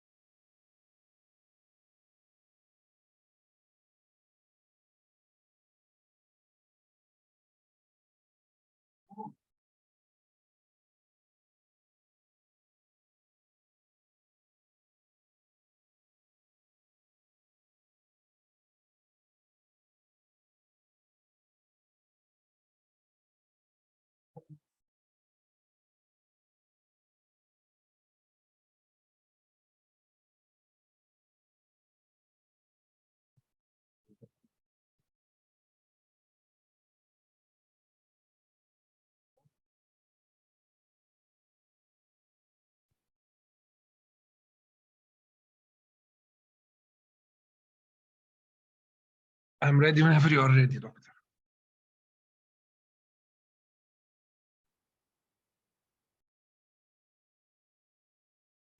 Yes, sir. Okay. What is the name? Let's say that my name is Michael. My name is Michael. Okay, let's start. 1, 2, 3, go. Hello, Mr. Michael. I'm Dr. Zaina, one of the mental health doctor. How are you doing today? I'm not very good, doctor. I've just been through this problem. I've just waken up about half an hour ago. So yes, I understand. I gathered from the notes that you have been admitted to emergency department, and you currently are medically stable. But medical team is quite concerned about when they have they have asked me to talk to you, Okay. so that we can help you in best possible manner. Okay, no problem, doctor. Is it okay if I go ahead? No problem. Yes, yes. So do you have any complaint at present? Yeah, I have some shakiness in my hand. Yes. Okay. Is it okay to discuss what happened? Like why did you come to the hospital? Well, I don't remember anything, but they said that my friends brought me to the hospital. Other than this, I don't. I was in a party, and then this is the last thing which I remember. Okay. So from the notes, I understand that your urine shows that you have taken GHB. Yeah, I took GHB. Actually, I took a big amount. Actually, it's not my usual amount. Yeah. Mr. Michael, taking GHB is a sensitive issue, but in order to help you, I would like to ask few questions related to it. Is it okay? No problem. So you mentioned that you took large amounts. So what amount do you take usually? Well, I usually take 1 cc, something like this, but in the party with my girlfriend, I injected about 4 cc, and also I took alcohol. And this was a crazy thing, but it spiced everything with girls, so I just took this. It was a very stupid thing, actually. So it sounds like this time you have taken, is this the first time that you have taken this much high amount? Yeah. Okay. And you usually, so you mentioned that you have taken via injection, right? Yeah. So is there any other route via which you take GHB, like maybe orally? Yeah, I use, to drink it. But in the party, I wanted to, spice everything and raise the bar, but I messed everything. So like, what was your intention behind taking this much amount of GHB? Well, my intention is just wanted to have a good time with my girlfriend and in the party. Yeah. But I was so stupid that I did something very horrible. Can you tell me more about that? Well, it is the amount which I took is too much. 4 cc by injection is too much. I can understand. It is too much, and it must be a difficult time for you. So, Mr. Michael, can you help me understand? Can you take me through your typical day of your GHB use? Well, I usually take it by by taking 3 to 4 sips a day, maybe 2 or 3 cc, and this is my usual dose. And that's it. This is what I usually take in every day.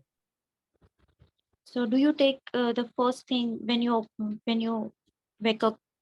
This is the first thing that you take?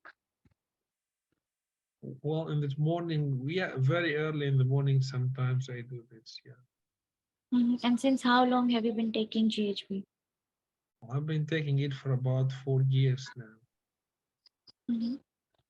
Apart from GHB, do you take any other substance? No. I drink alcohol occasionally in the parties which happen, but not usually. With GHB, I don't take anything else. Okay. And so you mentioned that you take via orally also, and you also inject sometimes. Yes. And have you ever shared your needles or syringes with anyone? No, no, no. Okay. Okay. And so do you take more amount to achieve the same effect? Yes, yes. I feel that it is increasing with time. Mhm. Is it sometimes is it difficult for you to control the amount that you take? No, sometimes I lose control, like what happened today. Yes. Mhm. And do you think that it has taken the center stage in your life? Excuse me? Do you think that it has taken the center stage in your life? Yeah, yeah, yeah. This is very important for me to take GHB. I cannot do anything without taking GHB. Mhm. And what if you miss any dose? What happened then? Well, I feel horrible, though. Mhm. And do you crave for it? Yes, yes. Okay. Okay. And have you ever had any complication because of your GHB use? 1 minute remaining. Like what? Any infection because you inject? So any infection at injection site? Or No, no, no. and is this the first time that you have been hospitalized because of your GHB use? Yes, yes. Okay. And pardon me for asking this sensitive question, but how much do you spend because of this GHB? About 30 pounds every day. Mhm. Okay. And again, a sensitive question, but have you ever been involved with any unsafe sexual intercourse under the influence of GHB? Well, sometimes, yes, yes. And I was just wondering, how has it impacted your life in general, Mr. Michael? I cannot do anything because of this GHB. I'm totally restrained. So it sounds like it has affected your life. What about your uh, finances? I've lost a lot of money, yes. Mhm. Have you been in debt because of? Yes, yes. And I was just wondering, have you ever been involved with police or law? No, no, no, no. Mhm. Okay. And do you consider it as a problem, Mr. Michael? Well, yes, to some extent, yes. And if I were to offer you our drug and alcohol services, what are your thoughts about that? No, no, I don't want it to go to this type of service. So, Mr. Michael, like you mentioned that this has affected your life, and on the other hand, you don't want to accept the help. So, what do you think? Okay, What are your time, thoughts? time, time. How do you I feel thought about what you 7 minutes. I think so is is it it 7 minutes? well, yes, it is 7 minutes. I thought Well, what do you feel that it is less than 7 minutes? it is 6 minutes only. Okay. No, it is 7 minutes. Okay, so how do you feel about what you did? No, I missed so many things. Like what? Um, risk, No, you covered the path. risk, actually. Yeah, like relevant risk I covered. Uh, comorbidities. Okay. So let's see according to our PDF. So where are the feedback? Let's see the feedback of our colleagues.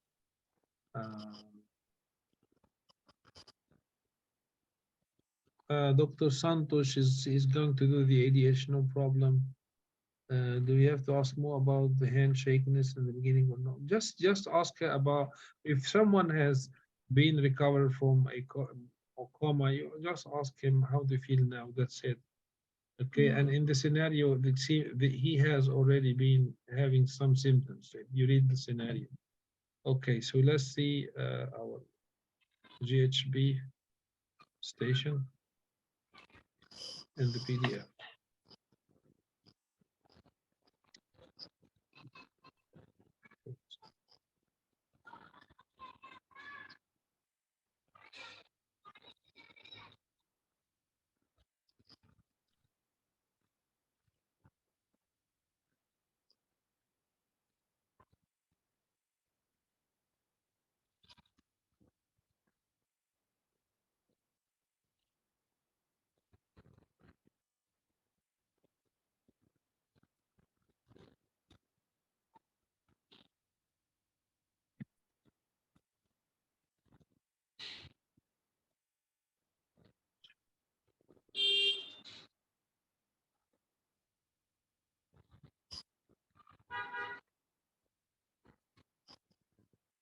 Okay, so this is our,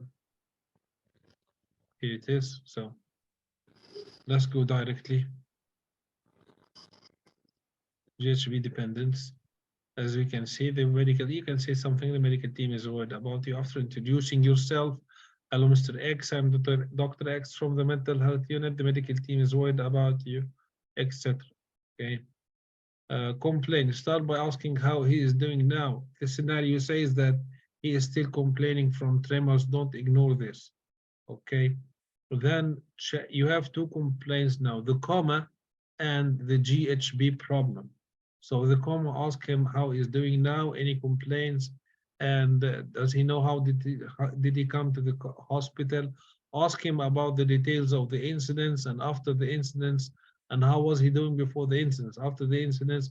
And actually, all these questions you will not get a clear answer, but show that you are professional.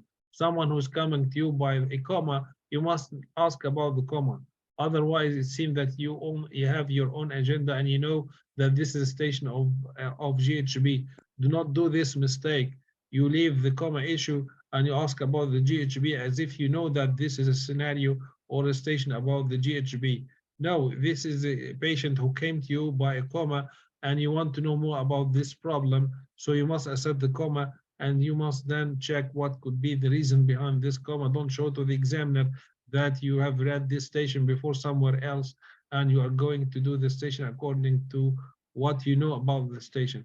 So the first thing is to assess the coma and ask him how, what happened in the incidents, what happened after the incidents and before the incidents. And ask him if he has any medical complaints or overdose before the incidents, if it is the first time for him ever to have any problem before because of the GHB. And while you are asking him about the details of the incidents, you will know that this is a problem regarding the GHB. So take a permission to talk about the GHB. Talking about the GHB is a sensitive issue, but in order to help you, I would like to ask some questions. Ask about the current intake, the onset, the course, and how was he doing before the onset, and then ask him about the symptoms of the syndrome, the tolerance, withdrawal. And here you did not ask me about the symptoms of the alcohol, the tolerance, the withdrawal symptoms of the GHB. Show the examiner that you know what are the symptoms of the withdrawal, like the agitation, the tremor, sweating. Paranoia and hallucinations are very common among those who have GHB while they are in the withdrawal. You have missed this, Dr. Zainab. So ask me next time you have this station, just verbalize the most common symptoms of the withdrawal. Okay. And then ask about the primacy and control, enough to ask for 5 symptoms maximum related to the syndrome of dependence. The comorbidity, okay. Ask about the psychological, the social, and physical. Very important to ask about the social, which you did. Okay. And then the impact, coping, and risk. Repeated questions from point number 4 to the end of the station. They are all a cliche, repeated questions, and this is what makes the history taking task easy. Okay. So we ask about the comorbidity, how to, these typical questions to rule out the psychosis and the depression. The physical, only one question if he has any physical problems, particularly the blood-borne infections. And social, if he has any any problems because of the GHB, any legal problems, financial or familial. Okay. And impact and coping and risk. Typical questions, personal history and family history. Very important to ask about the family history of taking recreational drugs, which is very common and it runs in families. There's a very common family factor in the substance misuse. Finally, delivering the diagnosis, as I said, just say that you have a lot of problems because of taking GHB, something which we call dependence. How they feel about taking some sort of talking with one of our team members who can help you to sort this out. And typically what you did is something which you are going to face in this station. the role player is not going to be agreeing with you when you say that for asking him to talk with one of the team members who are specialized alcohol and substance misuse team. So you are going to apply the motivation interviewing skills, which is this developing discrepancy. But at the end, where does this leave you? I don't know. You said it in the right way, but you did not ask him the right question at the end. Where does this leave you?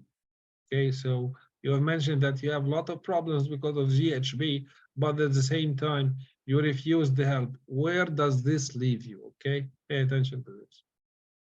But anyway, it was very good, doctor. It was very good, very clear.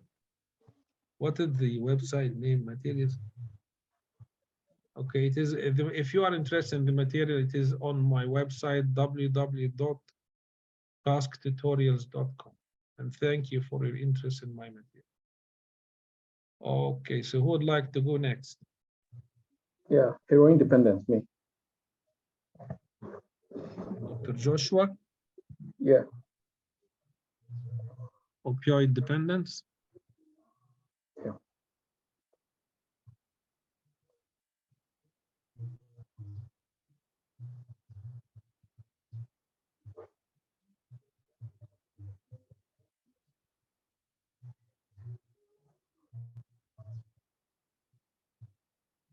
Okay, you have 2 minutes.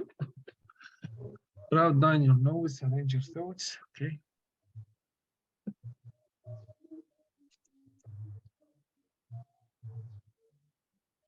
Sorry, what's the name of the role player? Let's say that my name is Griffin, Mr. Griffin.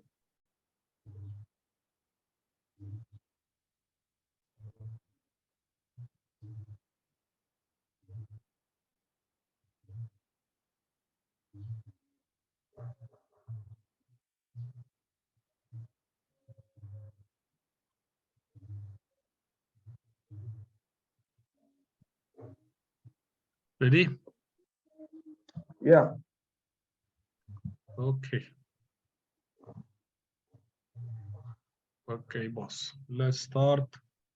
1, 2, 3, go. Hi, is it Mr. Griffin? Yes, hello, doctor. Hello, my name is Dr. Nwokike. I'm one of the doctors with the mental health unit, and I got a referral from your GP. They seem to be worried about your health, and they've asked us to see if we can help you. Yes, doctor. No problem. Okay, what would like me to ask? What would you like to know? I'd like to know in the first place why you had to see your GP in the first place. Well, in the first place, I had a problem. I have an overdose, and I was comatose. And the doctor said that I must talk with you, with the GP, and I went to the GP. Said that I must talk with you. That's fine. All right, I'm willing to hear everything you have to say and find ways in which we can help you. Can we talk about this drug? Is it okay if we talk about it? Yes, yes. I've been taking heroin for a long time, and I feel that I really need help to sort this out. Yeah. So when did this all begin? When did the use of heroin start? Well, I started to take heroin about 10 years ago. 10 years ago. And as the use changed, the pattern of use has increased over the year. Yeah. It's very high now. I'm taking 1 gram every day, doctor. I see. At what point did you start to use it more regularly? Yes, I'm taking it more regularly. Yes. When did that start? When did you start taking it regularly? Well, I don't remember quite when did I start it regularly, but with time, the doses increased, and the days which I'm taking it, it's more, and eventually it became every day, and I ended up 1 gram every day. I see. I'm going to talk about how you use the heroin, but I'd like to know, did anything happen for you to start using it, more frequently? Yeah. I had a girlfriend 10 years ago, and she was taking heroin. I was not taking heroin. I was taking another substance, but I started taking heroin with her. and we were all stuck in heroin together. Okay, I see. And you mentioned that nowadays you use up to 1 gram a day. Can you Yeah, talk me through your typical daily use of heroin? yeah. In the morning, I take just one shot, maybe about not more than half cc, which is Okay. nearly quarter the dose. And then I divide the dose over 2 or 3 times all over the day. Hmm. It appears that the use of heroin takes the most part of your day, isn't it? Well, yes, yes, 3 times a day taking heroin definitely consumes more. I must afford the place and the money Hmm. and many things to take heroin. Yeah, it consumes I my see. time. I see. And apart from heroin, do you use any other substances? No, no, Hmm. Do you also use it by other means apart from injecting? no. Now I don't use anything except by injection. Only heroin by injection. Okay. So let's say you don't get to use heroin in a day. How do you feel? I feel horrible, doctor. Some people complain about sweaty palms. They begin to feel jittery. Is that something that you've noticed? Yes, yes, I feel this the same. Yeah, vomiting, nausea, diarrhea, body aches. Mm, Yes, yeah. yeah. Okay, I see. And how much do you spend to procure this heroin in a day? About 50 pounds. Or 50 pounds. Does that seem like a lot to you?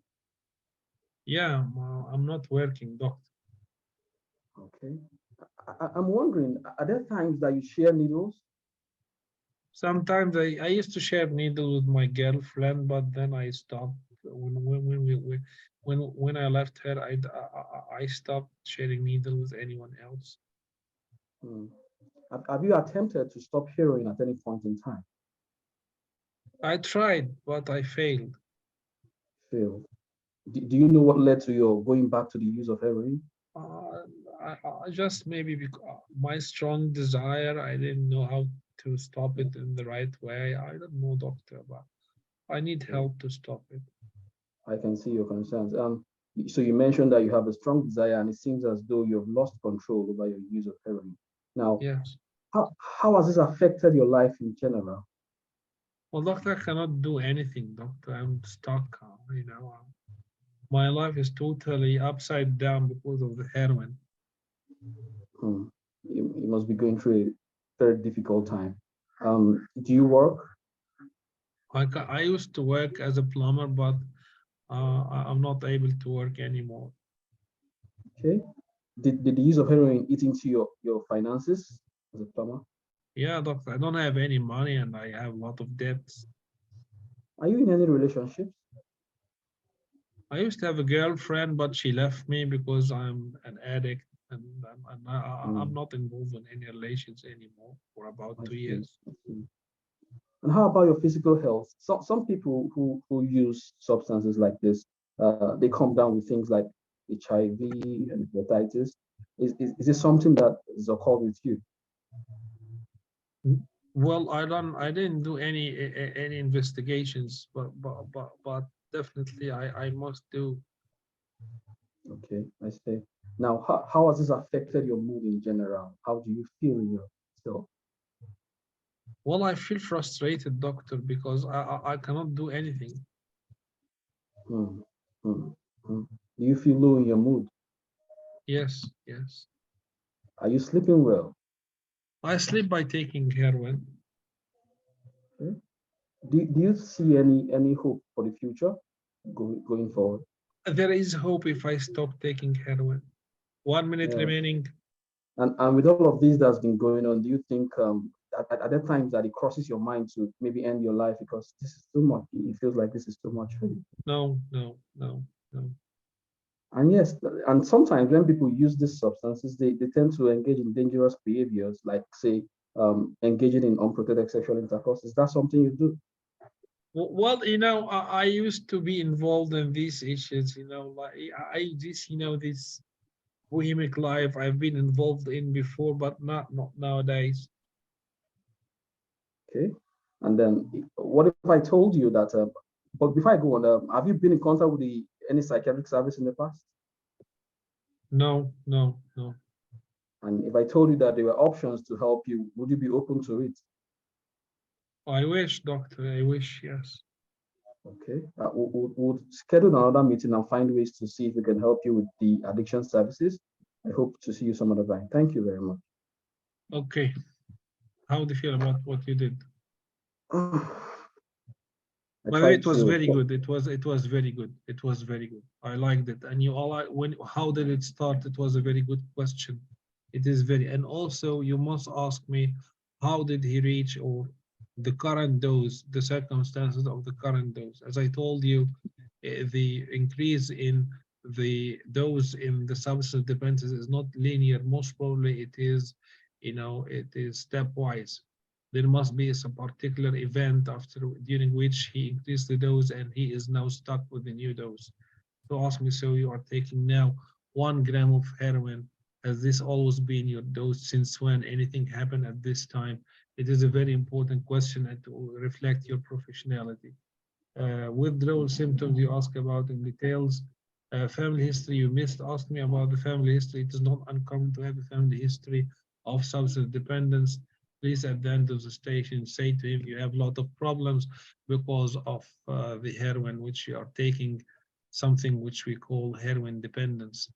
This is the feedback of one of the consultants. I know that this can be some sort of dispute. Should we say it clearly, or we can just let him understand that he needs our support without striking him with the diagnosis?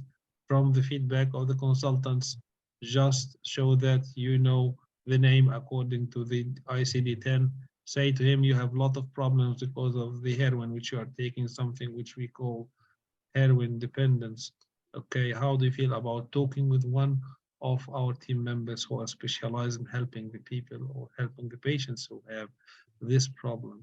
How do you feel about that? Okay, so this is my feedback. Let's see the feedback of our colleagues. Okay, let's see the feedback of our colleagues. How does he get the money? Very important, how does he get the money? As I said, I told you I don't have any source of money. It is not uncommon that these the people or the patients who are substance dependent, either they start to do some drug dealing on a minor level, or they smuggle or steal, involved in illegal issues. He didn't ask the question. Yeah. Not the typical way of asking questions. It's very unique for him. It is well done, doctor, but it is very good actually. Not typical. Maybe he doesn't need to do. Don't copy paste. I like Joshua that he did it by his own way. And as I always say, when you leave yourself to do it professionally, trust yourself. You'll come with something which is very good. Okay, and this is what Joshua did. Yes, it is not a typical way for you, but eventually he covered the task in a very good way. After Joshua, can I go next? Thanks. Okay, so let's see according to our PDF.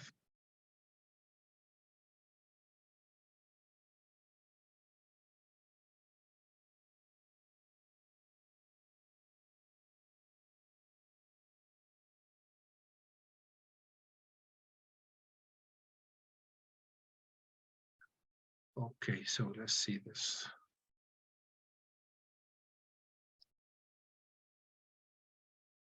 Okay, so this is the station of the alcohol heroin dependence. The typical start. Hello, Ms. X or Mr. X.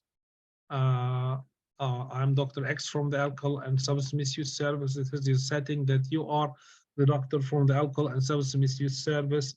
And I've gathered from the notes that you have been referred from your GP to talk with one of our team members, and I'm here to help you. And though this is a very simple introduction, but believe me, in the real cast, you will find it difficult to introduce yourself. And that's why I highly urge every one of you to practice the introduction. By the way, Dr. Joshua did the introduction in a very good way. Now the complaint. So what is the complaint here? that this man or this lady has a problem with heroin intake. Heroin, okay, you must verbalize that this is a sensitive issue. Taking heroin is a sensitive issue, but in order to help you, I would like to ask some questions related to it. Are you okay with that? And now you want to know the current situation, the current intake. What is the dose? What is the route of intake? And if he's taking anyone else, how does he take it? And this is the current situation. And then ask about the onset. When did this start, the course, and how was everything before the onset if he has been taking any other recreation drugs. Okay, so this is how you start. The complaint, okay, the current situation of taking heroin, which is the pattern of taking and the dose, and then the onset, when did it start, and also the current dose, when did it start, the course, is it increasing or not, and then how was he doing before the onset, before the 10 years, which something which Joshua didn't ask me. So he started to take heroin 10 years ago. How was he doing before that? Was he taking any other recreation drugs or no? But when you take the complaint in a professional way, definitely we will not miss these things. Okay, the symptoms of the syndrome, which is the dependence symptoms, the tolerance, withdrawal, craving, and control, craving, loss of control, and the primacy. Typical questions of dependence, which you, and I put the alcohol dependence with the GHB, the same question, the same set of questions, if you paid attention, the same questions nearly, you are using them in the two stations, the alcohol dependence or and the GHB. The comorbidity, typical question of to exclude the depression and the psychosis, and physically, don't forget the blood-borne infections. Okay, but don't say the blood-borne infections. Let's ask at some time the infection which can be transmitted by the blood, like HIV or hepatitis. Social, which you covered it in a very good way, the social and life circumstances, impact, coping, and risk, typical questions. Personal history and family history, please don't forget that there is a strong family issue and family factor in substance dependence. Don't forget this. And at the end, verbalize that this is a problem because he has a problem because of GHB and he cannot stop it. And or he has a problem because of the heroin and he cannot stop it. And this is something which we call heroin dependence. Okay. So let's see the mark sheet rapidly. The priority, you did cover it in a very good way. The priorities, the aspects of history, the different aspects of history, you cover the different points of history in a very good way. The symptoms and details of the syndrome, you covered it in a good way. Risk assessment, you covered them. Sufficient health, the patient health, yes, you covered it. And ask him about how does he feel about this problem. The psychological and social information, you covered them in a very good way. It was very organized and you managed to cover the task in 7 minutes, the questions, and your style was not formalic and everything in your communication. From my point of view, there is no negative feedback about your performance. Thank you. Very clever, Dr. Joshua. MashaAllah. So let's see, who would like to go next? Yeah, I can do the next one. Yeah, Dr. Santos, how are you? So the station, thank our you. station is the ADHD.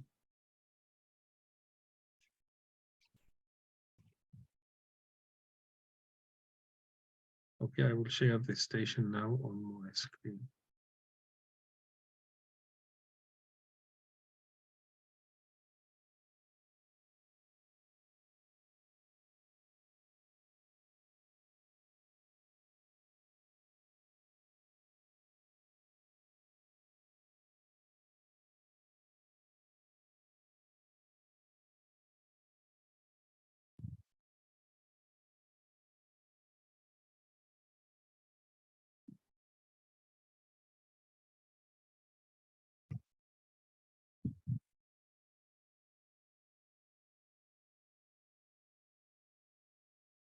Okay, if you have 1 minute, write down your notes and arrange your thoughts. Let's see the performance of Dr. Santos.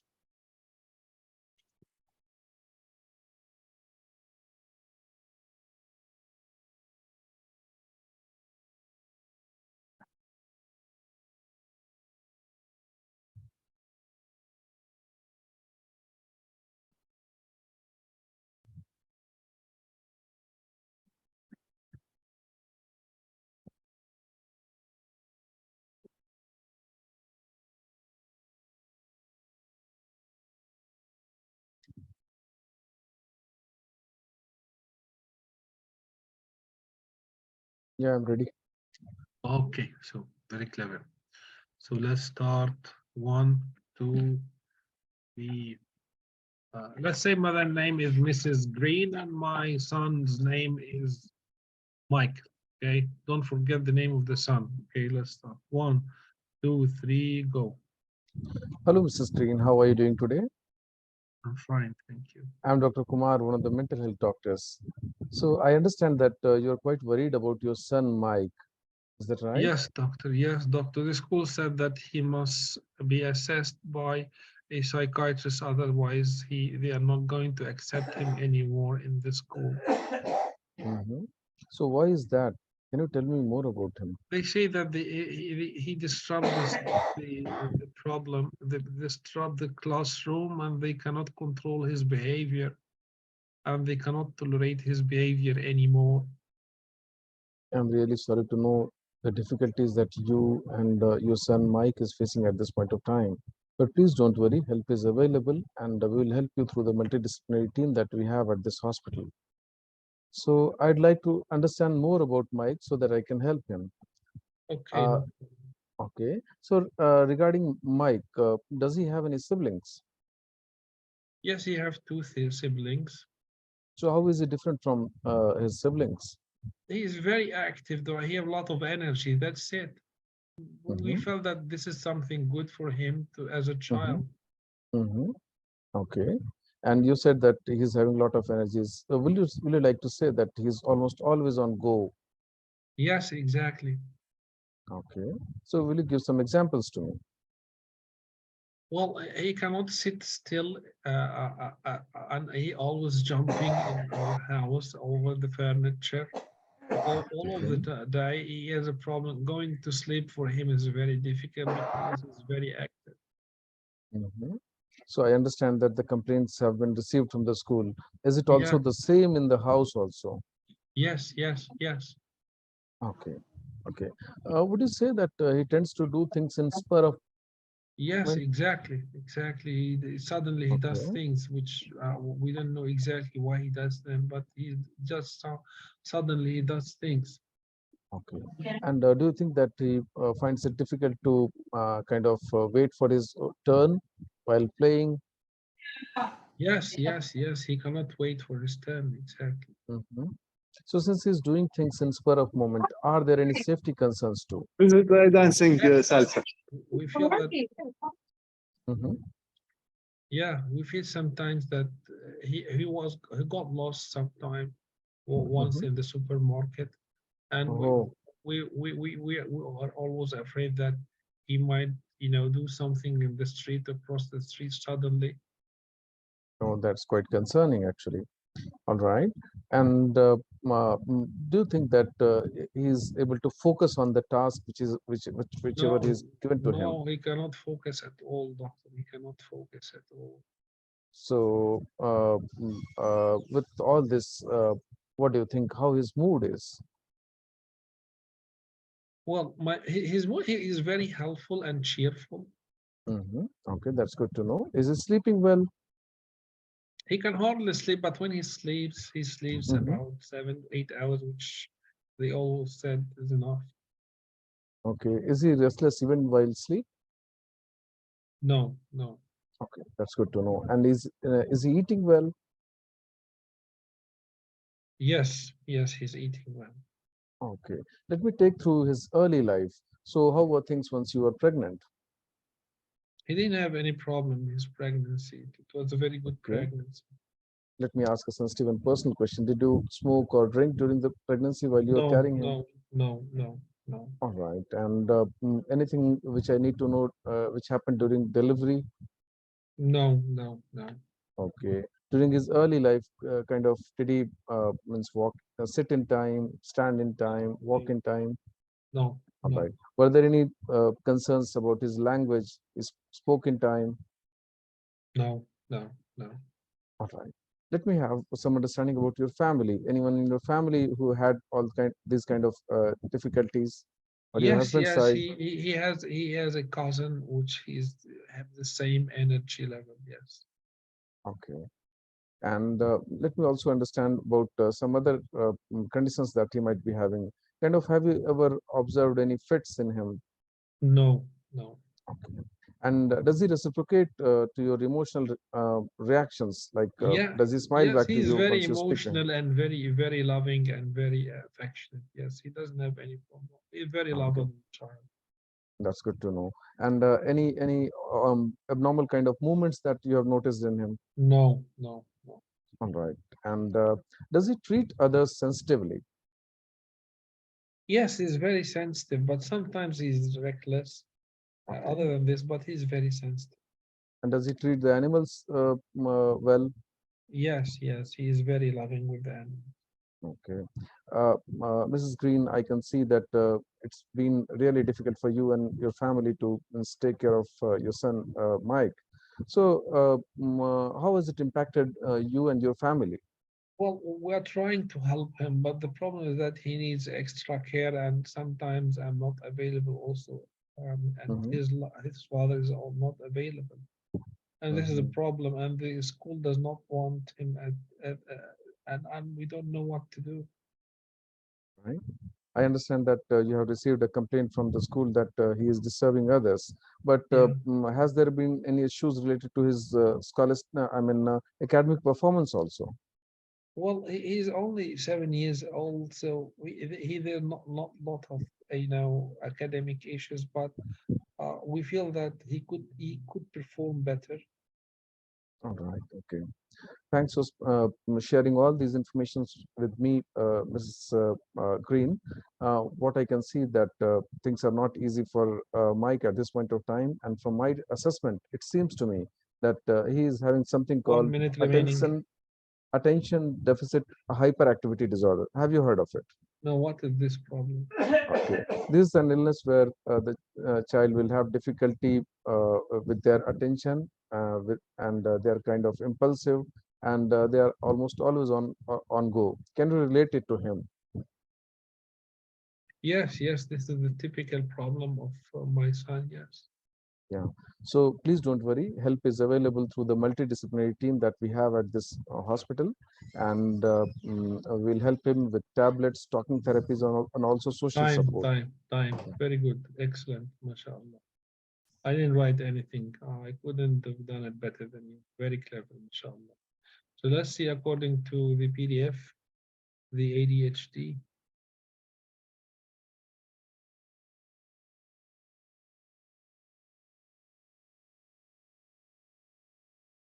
Well done. Yes, Dr.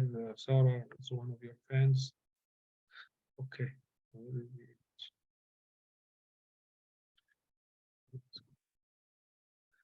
Okay, so this is a typical station of the ADHD. All what you need to know is the typical symptoms and to be organized. Okay, and again, you must be empathetic and pay attention to the risk. Start by the complaint, the current situation. Let her talk about her pain problem now. Ask her when did it start? Is it increasing or decreasing with time? We'll find that it is stationary. It has been always like this. And before the onset, there is no particular thing to ask about before the onset because it has been all over his life. But the thing which I would like you to pay attention to is when you assess the typical symptoms of autism or the ADHD, ask about two things which will help you to understand the psychopathology or understand if there is any problem in the boy or the girl or any patient. How does he play and his behavior? This should be put with the symptoms of the syndrome because you will find that those who are having autism have a particular way by which they are playing, and those who are having ADHD, they have another particular way. They are very sociable, but they are clumsy. Usually, they cause injuries to themselves. This is how they play. They are very sociable, but they are a bit clumsy and usually they have these types of injuries. And their behavior is very cheerful, they are very lovable, and they don't have the problem of like being sensitive to the changes around them or repeated behavior, but they have a problem with the sleeping. Usually the autism and the ADHD, starting the sleep for them is difficult. So the ADHD does not sleep except when he is out of gas. Okay. Developmental history, you can ask about them in a good way. Psychological, this is the only thing which you did not exclude. If he is having any unusual experiences or looks sad, okay. Physically, you ask about it, I think, and you ask about the very good thing that you ask about the social circumstances. Again, this is a blind area in the Candice assessment. They don't assess the social issues. The impact, coping, and risk, you ask about family history, and family history very cleverly you ask about, very common to have a child with an ADHD in the family. And finally, you deliver the diagnosis. It was a very good presentation. Thank you. Very clever, Dr. Sanders. Okay, let's see the feedback of our colleagues. Well done, very good. Okay, so don't pay attention to the feedback when they say to you, well done, it is well done. If they give you a feedback that there's something to pay attention to, they are all clever psychiatrists. Pay attention to their feedback. So who would like to go next? Thank you, Dr. Sanders. Who would like to go next? If Dr. Jacob is not there, can I do the overdose? Pediatric overdose. Okay, 1, 2. Ready? Yes. But let's see, where is Dr. Jacob? He did not attend. It seems that he's not here. Okay.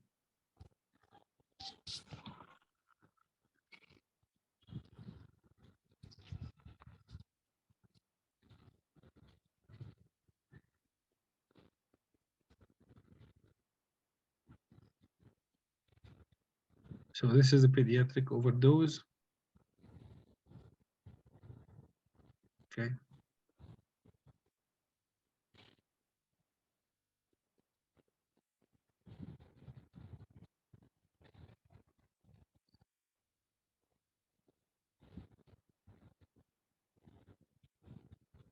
Okay.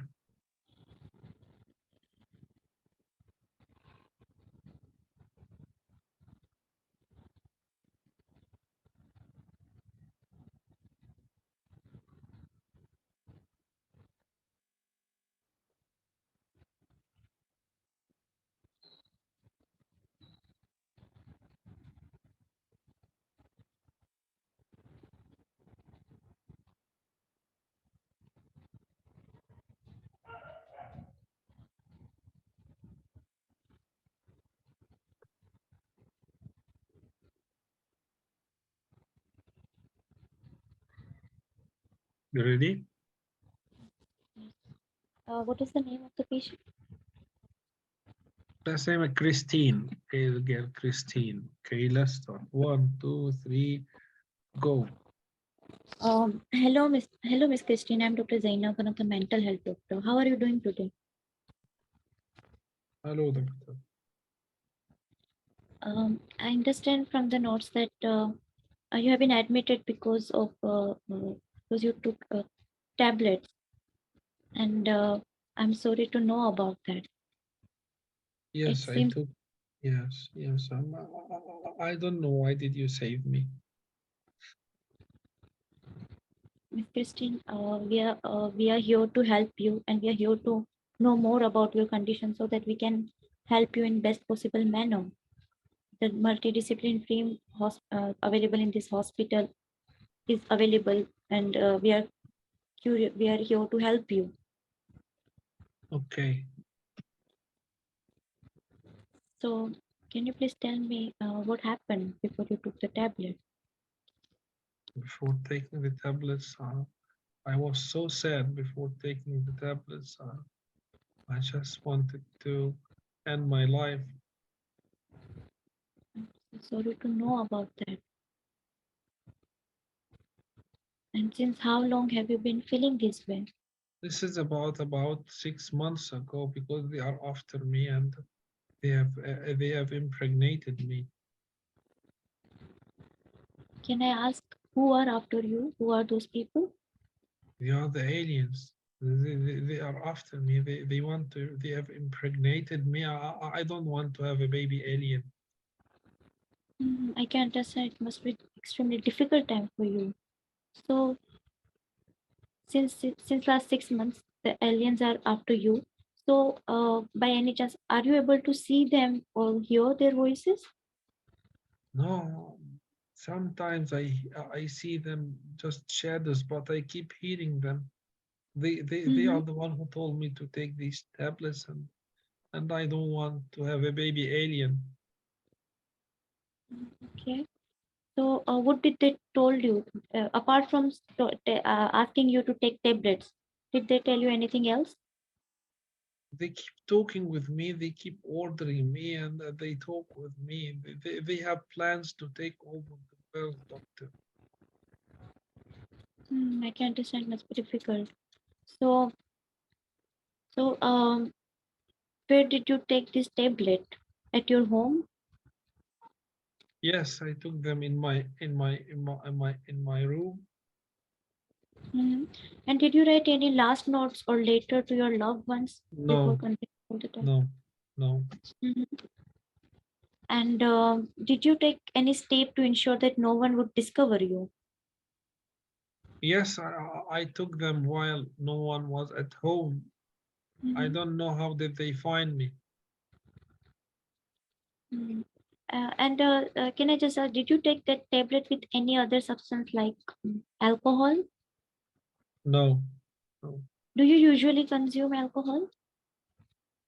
no. Okay. And like, what was running through your mind when you took those tablets? You wanted to end it all? Yes, I wanted to end my life. Mhm. And how dangerous did you think taking 30 tablets would be? I wanted to end my life. And how did you feel after taking all the medication? I felt sick, and then I lost conscious. And then I don't know how did I come to the hospital. I don't know. Mhm. And since you are in hospital, do you regret that your overdose attempt was not I successful? don't want to have an alien baby. I don't want to have an alien baby. I can understand it has been a difficult time for you. So um, you mentioned that these aliens are there. So apart from you, uh, are they bothering anyone else? They want to take all they want to take all over the planet. They want to impregnate all the women in the planet. Mhm. And maybe how sure are you that this all is going on? I'm 100% sure they want to impregnate everyone. Could there be any alternative explanation? No, no, no, no, Maybe your mind is playing tricks with you. no, no, no, Mhm. no. And did you manage to share this with anyone else? I don't know. I said to my school teacher, they made fun of me. Hmm, okay. And how has this affected your mood? I feel so sad. I don't want to have baby aliens. Mhm. And are you still interested in things you used to do and used to do previously? No, no, no, no, What about, are you sleeping okay? no. What about your appetite? I don't eat well. Mhm. And is this the first time that you have done something like this? Yes, And am yes, I the first psychiatrist that you have seen? yes. Anyone in the family who has similar kind of condition?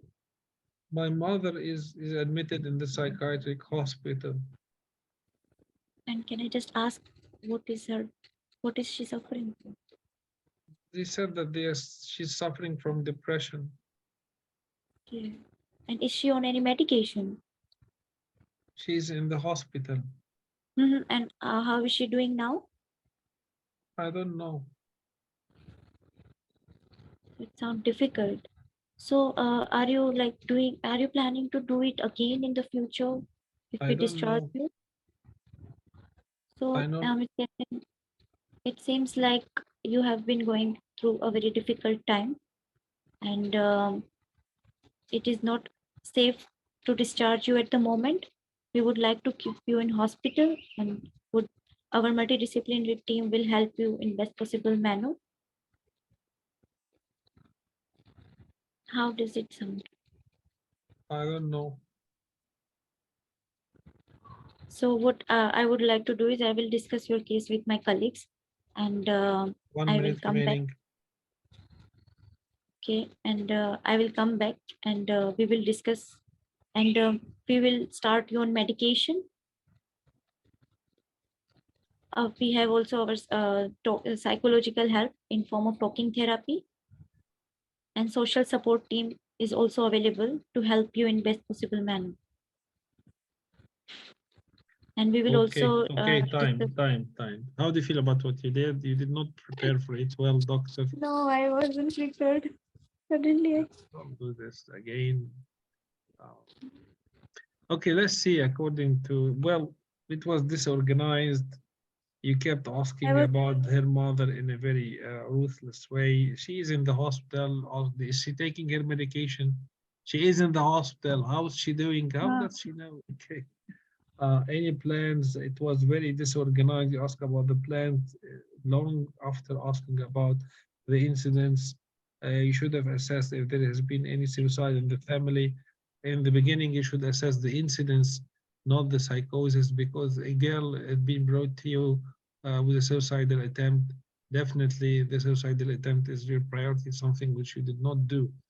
Okay, if you want to know more details about this station, it is in the yes, one of your colleagues saying that it is disorganized. But regarding this station, you're now going to go to the real cost in Sheffield. So you will have a one-to-one assessment of the patient. So in this station, the girl will she will be folding a paper in her hand. And there are two scenarios for this station. I hope that you pay attention to this. Either the paper says that aliens wants to harm me, or aliens are impregnating me, or my stepfather has abused me or sexually abused me. So there are two scenarios here. Okay, so you must either of them. You should take the paper from her and show empathy when you read it. So this must be something difficult to experience. Show empathy and ask her an open-ended question. Tell me more about this. One open-ended question, let her talk about it, and one close-ended question or two close-ended question, and then return back to what you have been assessing. Again, you do not ignore what she is doing, show empathy, ask her one open-ended question, tell me more about this. She's going to talk about the aliens or to talk about her stepfather according to the scenario, and then two closed-ended question, and then ask her that you want to assess the serious incidents of hurting herself, and definitely you will come back to this issue of her stepfather or aliens later on.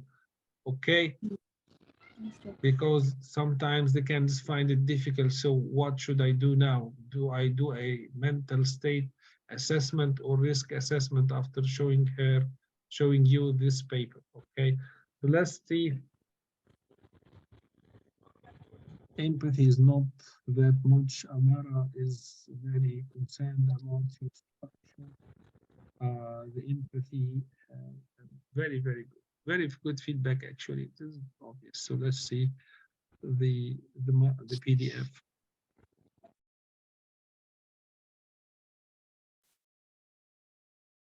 Who's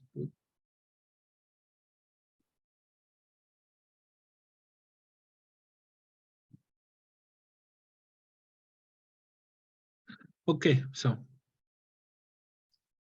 again, in this station, you must show empathy, and these are some sentences which will help you to show empathy. It is very important to make your priority to assess the incidence of intake, which you should assess by the ABC technique. You can find the details about this technique in my YouTube channel, risk assessment. Okay, and how we do this station. Okay, hello, Miss X. I'm Dr. X from the mental health unit. Show empathy and you say that the medical team is worried about you, and I've been asked to talk with you about the unfortunate event which has happened. Are you okay with that? And now you have two ways of starting the station. Either you start directly assessing the incidents, or something which I prefer, to have a smooth professional approach. I would like to know more about you, Miss X. Can you tell me more about your family? You have siblings, okay? What is the job of your father? Okay. Ask her some questions to know her personally because she's a child. Okay, and these questions are not questions not related only to the social history, but also related to the risk assessment, which these are important part of the HCR risk factors. And then assess the suicidal attempt, the ABC, okay? And then the symptoms of the syndrome. Here we have the main complaint, which you should start with while you're assessing the symptoms of the syndrome, which is the auditory hallucinations. These are the main psychopathology. This is what you should start with, and then assess the other psychoses, and then the depression. Comorbidity has been, we will discover that you will not assess this area at all because she is medically cleared. You have covered the psychological part while you are assessing the symptoms of the syndrome, which is the mental state. And if you start by this personal approach, you have covered the social part. So point number 4 have been also covered by being scattered all over the other points. The impact, coping, and risk is very important in this station. And then the past history and family history, ask about the history of suicide. And then you deliver the diagnosis and shade where it is very important for her to stay in the hospital. This station is present in detail on my channel, the CASC tutorials YouTube channel. In details, I've explained how to do this station. Okay, so I'm not going to go through how to do this station in details, and I'm not going to go through your mark sheet. It will not be of any benefit. You did not prepare for the station.